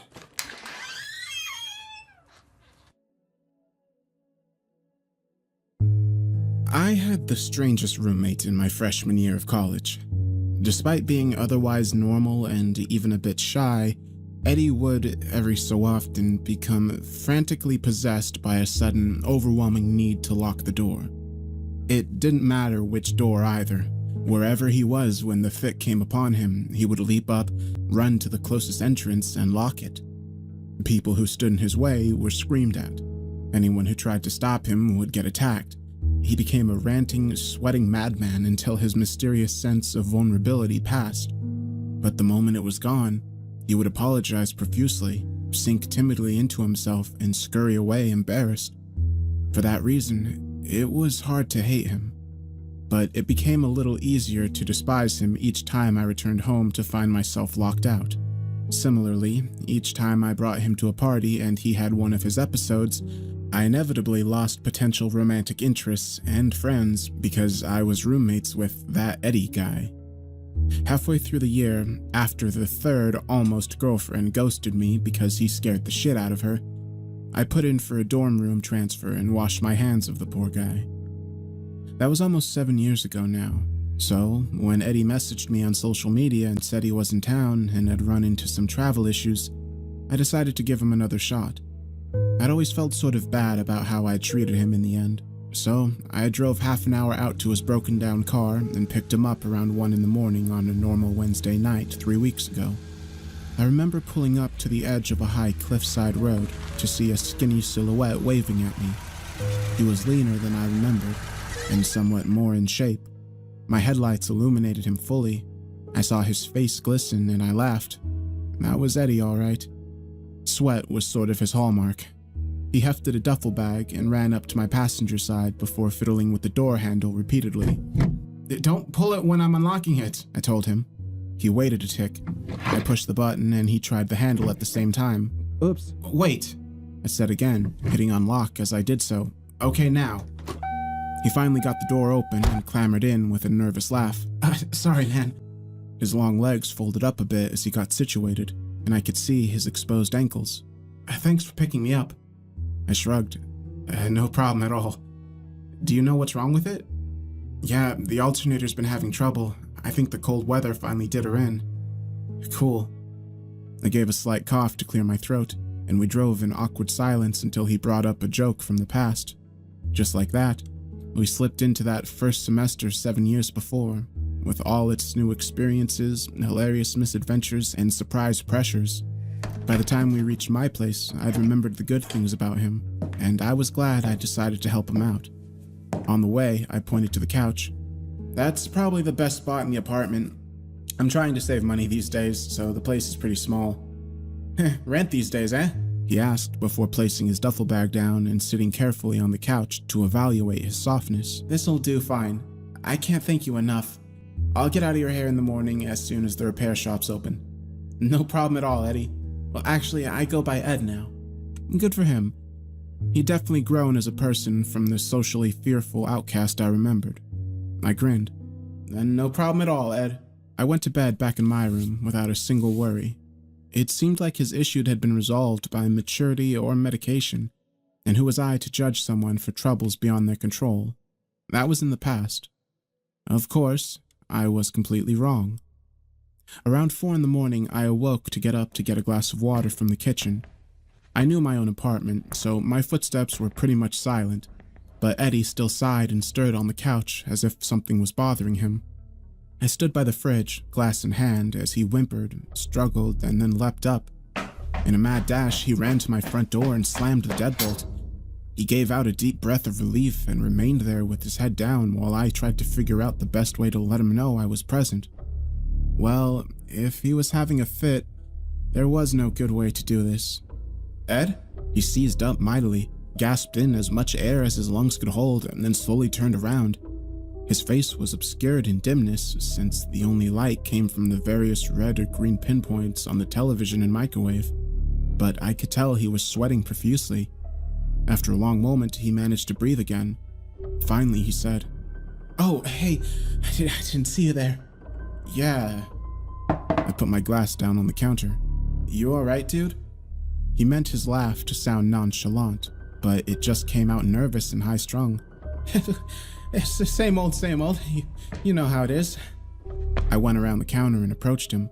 He moved back a few steps, and I touched the door. "This is a safe neighborhood. There's nothing to worry about." He nodded awkwardly. Unsure I believed his calmness, I moved my hand to the deadbolt. I wanted to make sure he wasn't going to get weird while I was asleep if I went back to bed. He made a sudden, half-halted leap toward me, hand out. "Don't!" At that moment, I was starting to remember the times I'd seen him attack people during an episode. "There's nothing out there." I gripped the deadbolt and turned it back toward me, but a very slight shadow moved somewhere in my vision. The hell? No, it couldn't be. Reacting rapidly, I put my eye to the peephole. My brain made sense of the curved panorama just in time to see a sliver of silhouette disappear along the sidewalk to the left. Eddie moved closer, bringing the smell of his panicked sweat with him. Did you see something? No. I lied. I kept staring out through the peephole, watching the quiet night in my otherwise unremarkable neighborhood. The asphalt glimmered darkly under the stars, while distant lampposts cast long shadows across the grass.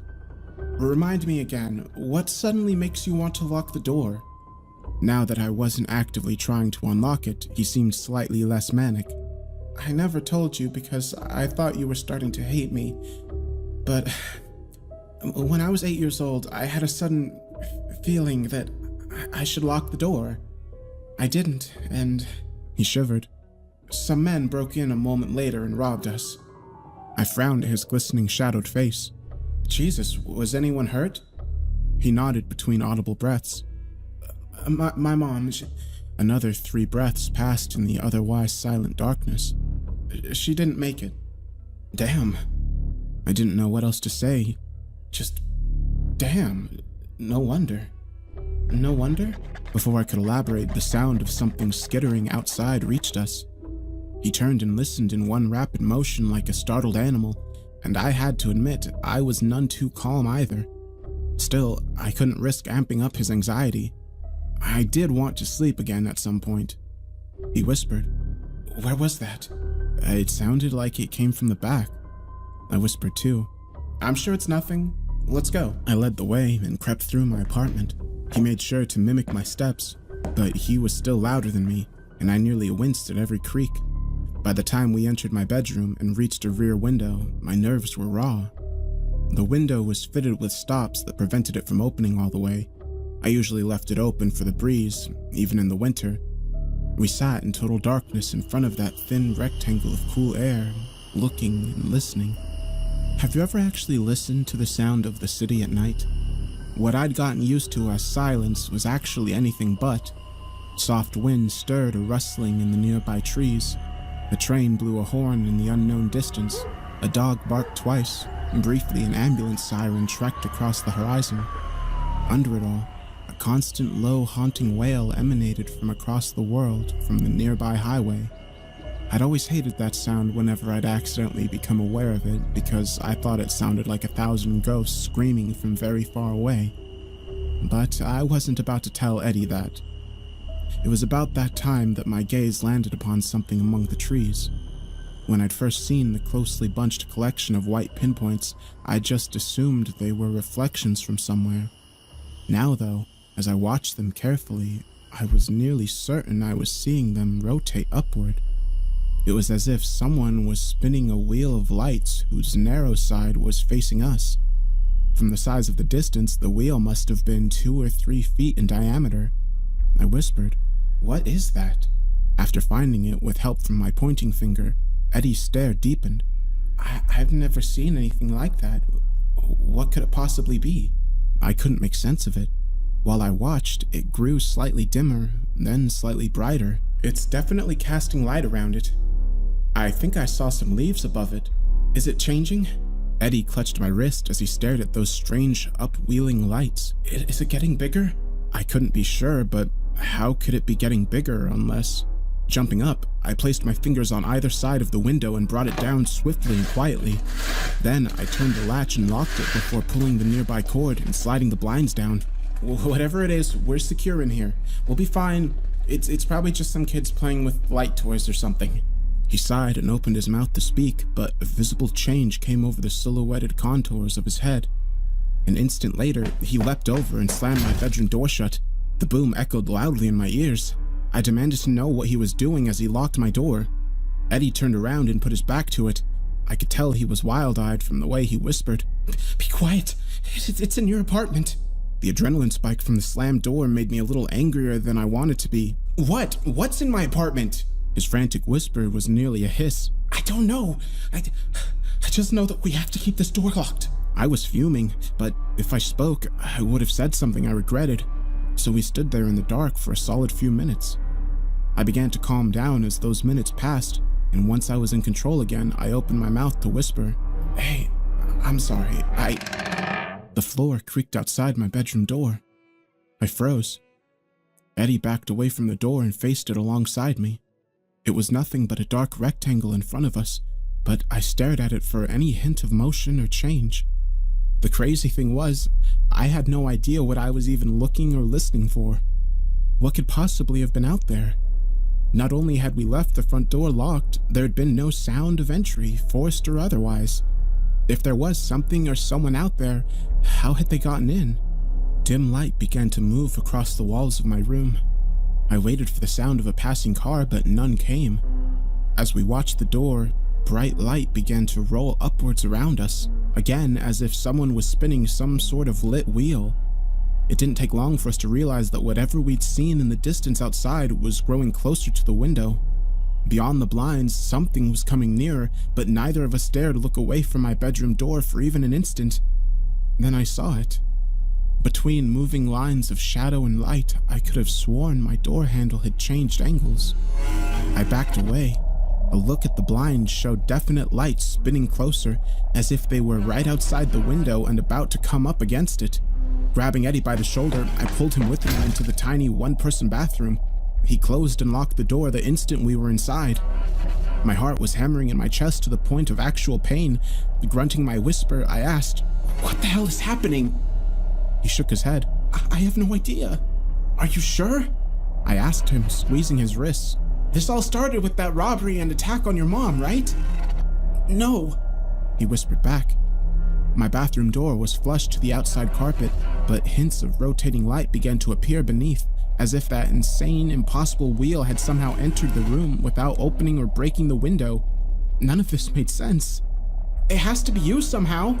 "No, it has to be!" I shook him violently. "Is your fear making it real? Is something after you? You don't understand," he whimpered. "I didn't finish the story.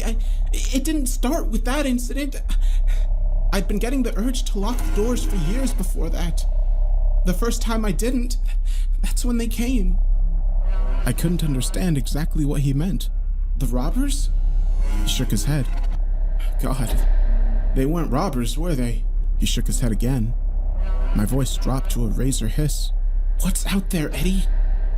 All he could say was, "They want in." Something about the way he said it finally made me understand. "It's not about the bathroom door, is it?" I looked out through it, thinking of my bedroom door and my apartment door beyond that. "It's not about the literal entrance to the room you're in." The rotating light below began intensifying as whatever was out there approached our hiding spot. His panicked grip on my hands told me I was right. "Then why do you lock real doors, Eddie?" I shook him until he looked at me despite his fear. "Is it a metaphor? Does it make you feel better? Does it close them off somehow? Why isn't it working this time?" He began to cry, sending mixed drops of tears and sweat onto my forearms. "I couldn't take it anymore. I'm tired of the constant struggle." The high cliffside curb where I'd picked him up flashed through my mind, clear as crystal, and the fear that had been building since the moment I saw him suddenly left me. He'd gone to that cliff for a reason, and he'd probably had second thoughts as he stood there alone in the dark. Completely calm, I asked him, "Your car didn't break down, did it?" He shook his head. "You messaged everyone, didn't you?" He nodded, and I was the only one that responded. He rocked back and forth in front of me. "I just couldn't take it anymore. They want in. They're always out there. They want in. I lock them out, but they never stop. I'm tired of being terrified every minute of every day." Air began moving under the door as the light reached peak intensity outside. Whatever it was almost upon us. "There's nowhere to go, Eddie. Let's open the door. Maybe you're constantly terrified because they want you that way. Let's face them. Let's be unafraid. It might just work." He didn't respond, but I dragged him to his feet. I had never wanted to do anything less in my entire life, but there was nowhere else to go. With a firm grip on his wrist, I reached forward with my free hand, unlocked the door, and flung it open. I don't care if you believe me. That's not the point, but I'll tell you what I saw. The lights were eyes. They were bright enough to obscure the grotesque moving body beneath. I still can't understand how it was spinning like that. Snake-like curves connected things in shadow. Every blazing pinpoint swung up, flashed us with images of hatred and fear and paranoia, and then continued past, moving on too fast to process. That was the thing. The images were lies. My girlfriend was cheating on me. My teachers at school had thought of me as a failure. My boss hated me and only put up with me because he hadn't found a replacement yet. But each individual lie raced past too quickly to pick apart and resist. I knew they weren't true, but they just kept coming. At the heart of this creature, I sensed hunger for fear. I kicked a wide, grasping mouth away and jerked Eddie out with me, getting a few feet past whatever the hell that thing was. It turned toward us as I flung the bedroom door open. I'd been right about the door handle turning. That much I knew in that instant. The madly spinning shadows and light failed to illuminate the beast that lay beyond the door. Immediately, I knew the thing behind us was just a servant of this, because it was so much worse. The only thing I truly registered was a melted face. Its misshapen gaze seized the beating heart muscles in my chest and filled me with absolute terror, as if it had the power to reach inside me and dredge out all the blackness and animal fear in the corners of my human soul. I knew these things didn't want into my apartment or bedroom. It wasn't so simple as that. They wanted into our world, and Eddie was some sort of conduit for that nightmarish goal. He always has been. I had the knife-keen, vicious sense that I needed to kill him immediately. But maybe that urge came from the emotion these creatures were giving off. As the sludge specter with the melted face began a rising scream that threatened to deafen me, I did what I had to do. I grabbed the heavy lamp from my nightstand and smashed the window clean through. I threw Eddie out a moment after, and then pulled my arms from a burning grip of caustic acid to escape. I could only lay on the ground screaming as Eddie did the rest by dragging me away from that place. That was 3 weeks ago. The burn from the grasping hand of the sludge creature refused to heal. The doctors at the emergency room couldn't make heads or tails of it. Something had burned the shape of a melted hand around my forearm and continued to burn as they studied it. They could find no acid, no catalyst, no heat. Eventually, they had to release me. Of course, their lack of understanding didn't lessen the hefty medical bill any. I departed from Eddie the next day, telling him to stay strong and remain unafraid. We'd beaten the forces of hatred and paranoia personified and escaped with our lives by charging through rather than hiding. He seemed unconvinced and repeatedly said that we hadn't done anything, that I'd dragged him out of there, and that without me, he didn't know if he could do it. But I have a life to live, I told him. Gotta pay off that ER bill and find a new place. He understood, or at least, he said that he did. Today, I saw Eddie again. He didn't know I was there, because it was just a chance encounter on a city street. He was in a bar, watching a television above and drinking a beer. I stood outside and watched him through the window for a moment, awed at the change. He was sitting with new friends. He was wry, confident, and completely ignoring the door of the bar instead of nervously looking at the entrance every so often. It was such a positive change that I actually went inside with a smile. But I stopped about 10 feet behind him as, over the noise of the bar television above, I began to hear what he was talking about. His words floated in the air with a nearly perceptible stench. Sludge dripped from the back of his sentences, burning the ears of those near his group. His new friends agreed happily and replied noxiously in kind. A disgruntled customer nudged me as he passed. "Ignore those assholes." I turned away with misting eyes and walked out into the chill night. I hadn't saved Eddie at all. He'd found refuge not in standing up to those creatures, but by going down a path I hadn't even considered. I looked through the window of that bar one last time. The misshapen creature that had burned me with its touch grinned back from the shadowed corner behind the television. It had found the entry into our world that it had craved for so long. I'd unlocked the door, but it was Eddie that let them in.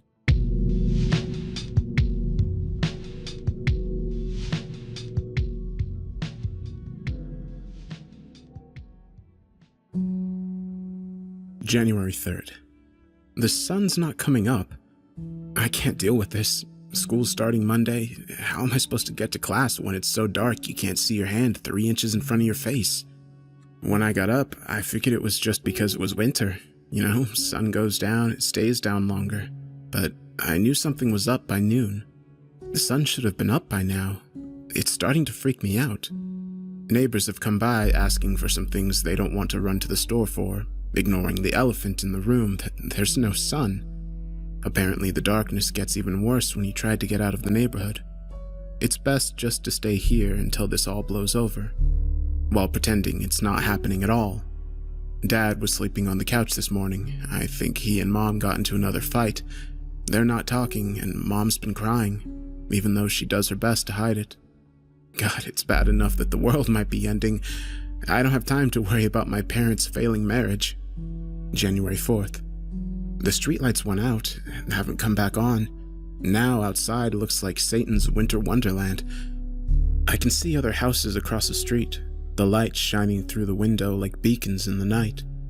The only reason I can make out anything in my yard is from the light shining from my living room window. Mom and Dad aren't talking. Jesus Christ, you could cut the tension with a knife. I really wish I could go outside to smoke, but I swear Dad had a stroke when he saw me open the back door. I don't know how he expects me to go to school if I can't even go out on the back porch to get some air, but whatever. For now, I'm just cracking the window in my bedroom and doing what I can to waft the smoke out there. I'm 16, I can make my own decisions. January 7th. Okay, so I guess I'm not going to school? Sun's still not up. Weekend's just been boring as shit with just sitting around and watching the outside get darker. If that was even possible. I even started getting ready before I realized, what the hell am I doing? And went downstairs to ask if I can stay home. My dad gave me his approval and said I can stay home for as long as it stays dark. The first time we really acknowledged how absolutely bizarre that is, and it's the only acknowledgement. I tried turning on the TV to see if there's anything on the news about this, but all I got was static. I couldn't even connect to any local channels, it's all snow. Phone's dead too. I tried calling Isla and Lydia and got nothing, not even a busy signal. It worked last night when I called to talk with Lydia. She lives just a few blocks away and it's dark there too. Isla lives in the city though, not Bartonville. And apparently, sun's fine there. She said she'd come over today to see if I'm still making up bullshit. It's not bullshit. The sun's gone and it's showing no sign of coming back. January 8th. It's not just the sun disappearing. Lights are going out. It started with the kitchen. I went down and tried flickering the light, got nothing. I yelled for Dad and said the kitchen bulb burned out, and he went pale. He switched it, and I heard him swear for the first time in my life when it still didn't work. I tried to tell him to check the breaker, but he was clearly losing his shit. By the time Mom came back in, he was babbling nonsense about the lights being taken away, and Mom had to help him lie down. I wonder if this has anything to do with why he was at work late for the last few weeks. I don't know what he works on, but I'm starting to go a little stir-crazy, and it's making me paranoid. Isla never showed up yesterday. Stayed up until midnight, and she never showed. Maybe she got turned around, or maybe she forgot. She's like that. I bet she just forgot. January 9th. Half the house is stuck in the dark now, including my bedroom, but that's not the worst of it. Watching the street is the only form of entertainment I have other than reading, and I'm getting too antsy to focus on that. I cracked the window while I street watched, and then I heard it. For the last few days, all I've heard while I've cracked the window is wind. Today, I heard whispers. Yes, I thought maybe I'd cracked and was hearing things, but I pressed my head against the screen to listen better. It was then that I heard the clack of something like claws climbing up the side of the house. I yanked my head back just in time to see those claws land on the sill. I was frozen when I saw that thing haul itself up to my eye level. It was probably my height, maybe a little bigger, pure black with tufts of hair or fur coming from the top of its head and its shoulders. It didn't have any facial features other than these large, pointed ears and bright red eyes bigger than my balled-up fist. It blinked a few times, like he was just as surprised to see me as well. His claws sliced through the screen as I stared at it. I had to be going crazy, right? Its enormous hand groped around my desk before landing on my last pack of cigarettes. It yanked them back, waved them in my face, and then it dropped out of sight with a chattering madman sound. I screamed as loud as I could before slamming the window down. My dad came in, and when I told him what I saw, he began to cry. Just crumpled into a ball on the floor and began sobbing. I asked Mom what was wrong with him, but she couldn't answer me. All she knew for sure was that on the 2nd, he came back late, looking paranoid as hell and smelling like someone else's perfume. I don't know what's worse, the fact that my dad apparently is having an affair or how calmly my mom said that. Apparently she'd been on to him for months and it'd been likely going on for years. It was only that night she caught him. God, I wish I could just go back in my treehouse and hide for a bit, but I can't imagine leaving this house right now. Not with those things out there that laugh and whisper, even though they don't have mouths. January 10th. The darkness took a house last night. The chittering from those freaks was so loud it woke me up. We crowded in front of the living room window and watched as dozens, maybe even hundreds of those monsters surrounded the house across the street. Windows were busted in, the door was ripped off the hinges, and they flooded inside. The Knays started screaming seconds after they got in. They screamed for what felt like ages, and all we could do was stand there and watch. Dad bolted around the house after that, extinguishing every candle, turning off any light we still had that worked. He's sure they were attracted to the light. I don't get it, but honestly, I'm not going to argue with a guy who's 2 steps away from a mental breakdown. The Knays did have most of the lights on. My thighs are going to be covered in bruises with how I keep bumping into everything every few steps. I can only use my flashlight to write in my diary. I have to leave it dark the rest of the time. All I can do is just watch the darkness outside the window. January 11th. 2 more houses were ripped to pieces during the night.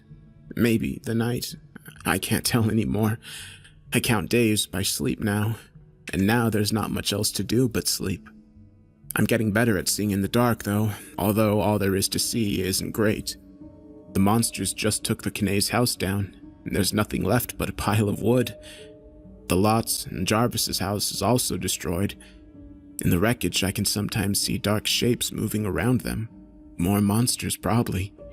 I wish I could see Lydia's house, but it's too far away. I hope she's okay. It's clear my dad prepped for being here for a long time, though. We have enough canned food to last until the end of the century. Something on that last normal night spooked him, and although he and my mom are clearly going to split the moment they can, he still cares about us. Even if he did betray us. I'm just too tired to be angry, and too scared. Maybe turning the lights off was the right choice, but who knows? January 12th. Rise Gill. That's the name of Dad's other woman, or in this case, man. Boy, this just couldn't be easy, could it? I was in the living room watching the snow when I saw a dark shape dart across the lawn. I almost screamed for my dad when I heard someone run into the door, but then I heard a voice. God, please let me in! I don't know what made me turn the knob, but the guy nearly flattened me in his panic to get inside. The side of his face is all raked up from something's claws, and right after I closed the door, I heard something else slam against it, followed by an angered scream. That thing was right on his heels, and I didn't even see it. My dad admitted it all to my mom in the other room when Rise practically fell into my dad's arms, sobbing about how they weren't just seeing things. Mom came out after a few minutes alone, dry-eyed and holding a first aid kit.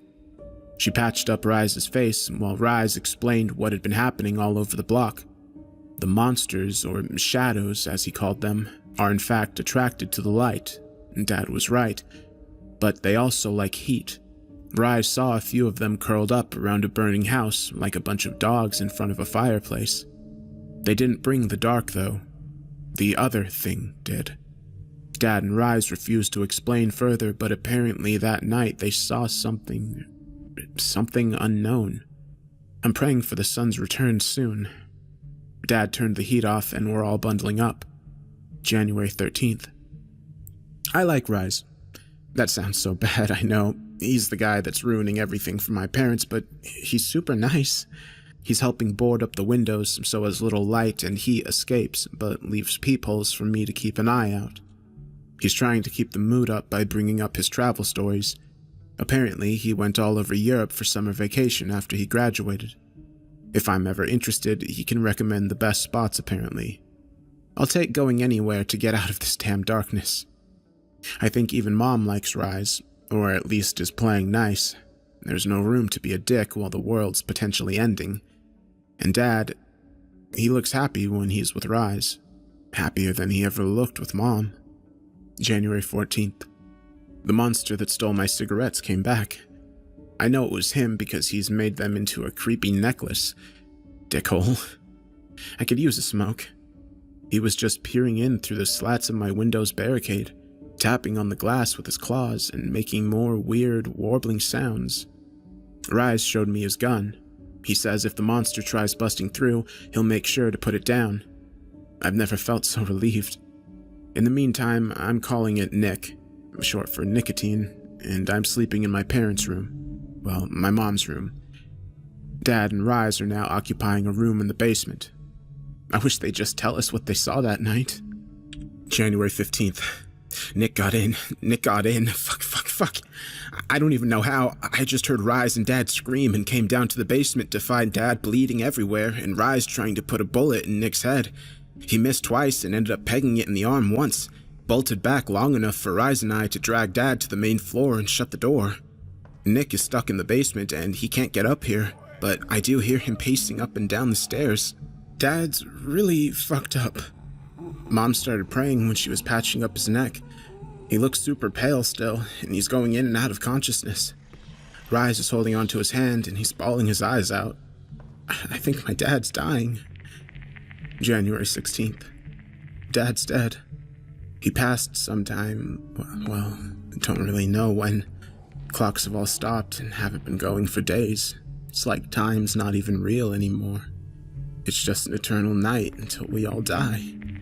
I peered out of the window to see the front yard's got a few more bodies in it. All pretty badly shredded, but I would recognize Lydia's pink coat anywhere. I think the rest of the bodies are her family, but I can't tell. Won't be able to either, probably. Not even if I could get up close to them. We're all going to die. Mom's just laying in bed, and Rise is counting his bullets in between his sniffles. All I need to know is that he has more than 3. January 17th. After we stashed Dad's body in the office, Rise sat both Mom and I down and told us what happened. They'd met by the old state hospital, planning on going for a drive in Dad's car while leaving Rise's stashed around there. Dad never once worked late in his life, which for some reason, that of all things ticks me off. He always got on my case whenever I skipped a class or two, and all this time he was practically gunning it from work to go meet his boyfriend. At sunset, they saw the monsters. 2 of them, not counting the shadows that surrounded the one that almost looked human. Except he was too tall and too pale, and had eyes black as night. The other one was hunched over, and some sort of drooling creature with a maw not big enough for all of its teeth. But it was clear these 2 creatures were not friends. The king, that's what Rise is calling the one with the shadows, apparently attacked first, but the beast fought back. It was then that the sky began to grow dark, despite the sun still sitting on the horizon. They watched the sky grow black while the creatures continued to fight. They got the hell out of there before it became too dark, both going home and telling each other they'd been drugged. That was the only explanation for what unexplainable shit they'd seen. But they both still found themselves preparing. Dad picking up all of the canned food, and Rise digging that gun out of storage and making sure he had ammo. This has nothing to do with us. The king and the beast just put us in the middle of their shitfest, and we're all going to die because of it. January 18th. Mom's going to kill herself. Rise and I aren't going to stop her. There's not going to be an end to this night. Mom knows it. The sun's never coming back. Nick is still in the basement, pacing up and down those steps. It's waiting for its friends to show up so they can kill us all, rip us limb from limb. Rise is going to make a last stand when that happens, but Mom can't bring herself to wait for the sun anymore. She sat me down and told me how much I mean to her, that she still loves Dad even if he really, really hurt her, that she won't think badly of me if I'm not ready to end it. I'm not, but I'm just glad she's going to take the pills and peacefully go to sleep instead of taking Rise's offer to use his gun. I'm not sure I could take it if I heard the gun go off. I'm such a coward. I should be joining her right now, but I'm too scared to die. I'm only 16. I don't want to die. January 19th. This will be my last entry. Nick and the others broke through last night, right through the basement door. Rise took out a lot of them, but I'm not sure if he's still alive since I'm not hearing any gunshots anymore. I'm barred up in my room. I keep getting whiffs of my parents' rotting bodies, and it makes me want to puke. Why didn't I go with my mom yesterday? I don't want to die. I don't want to die. I can hear them in the hall. They're looking for me. They can feel my warmth, even if my fingers feel numb and my teeth can't stop chattering. I can hear them whispering my name. I'm going to make a break for it out my window. I don't have a doubt that I'll freeze to death, but I'll take that over being ripped to pieces. I hear it's quite nice, freezing to death. You just sort of go to sleep.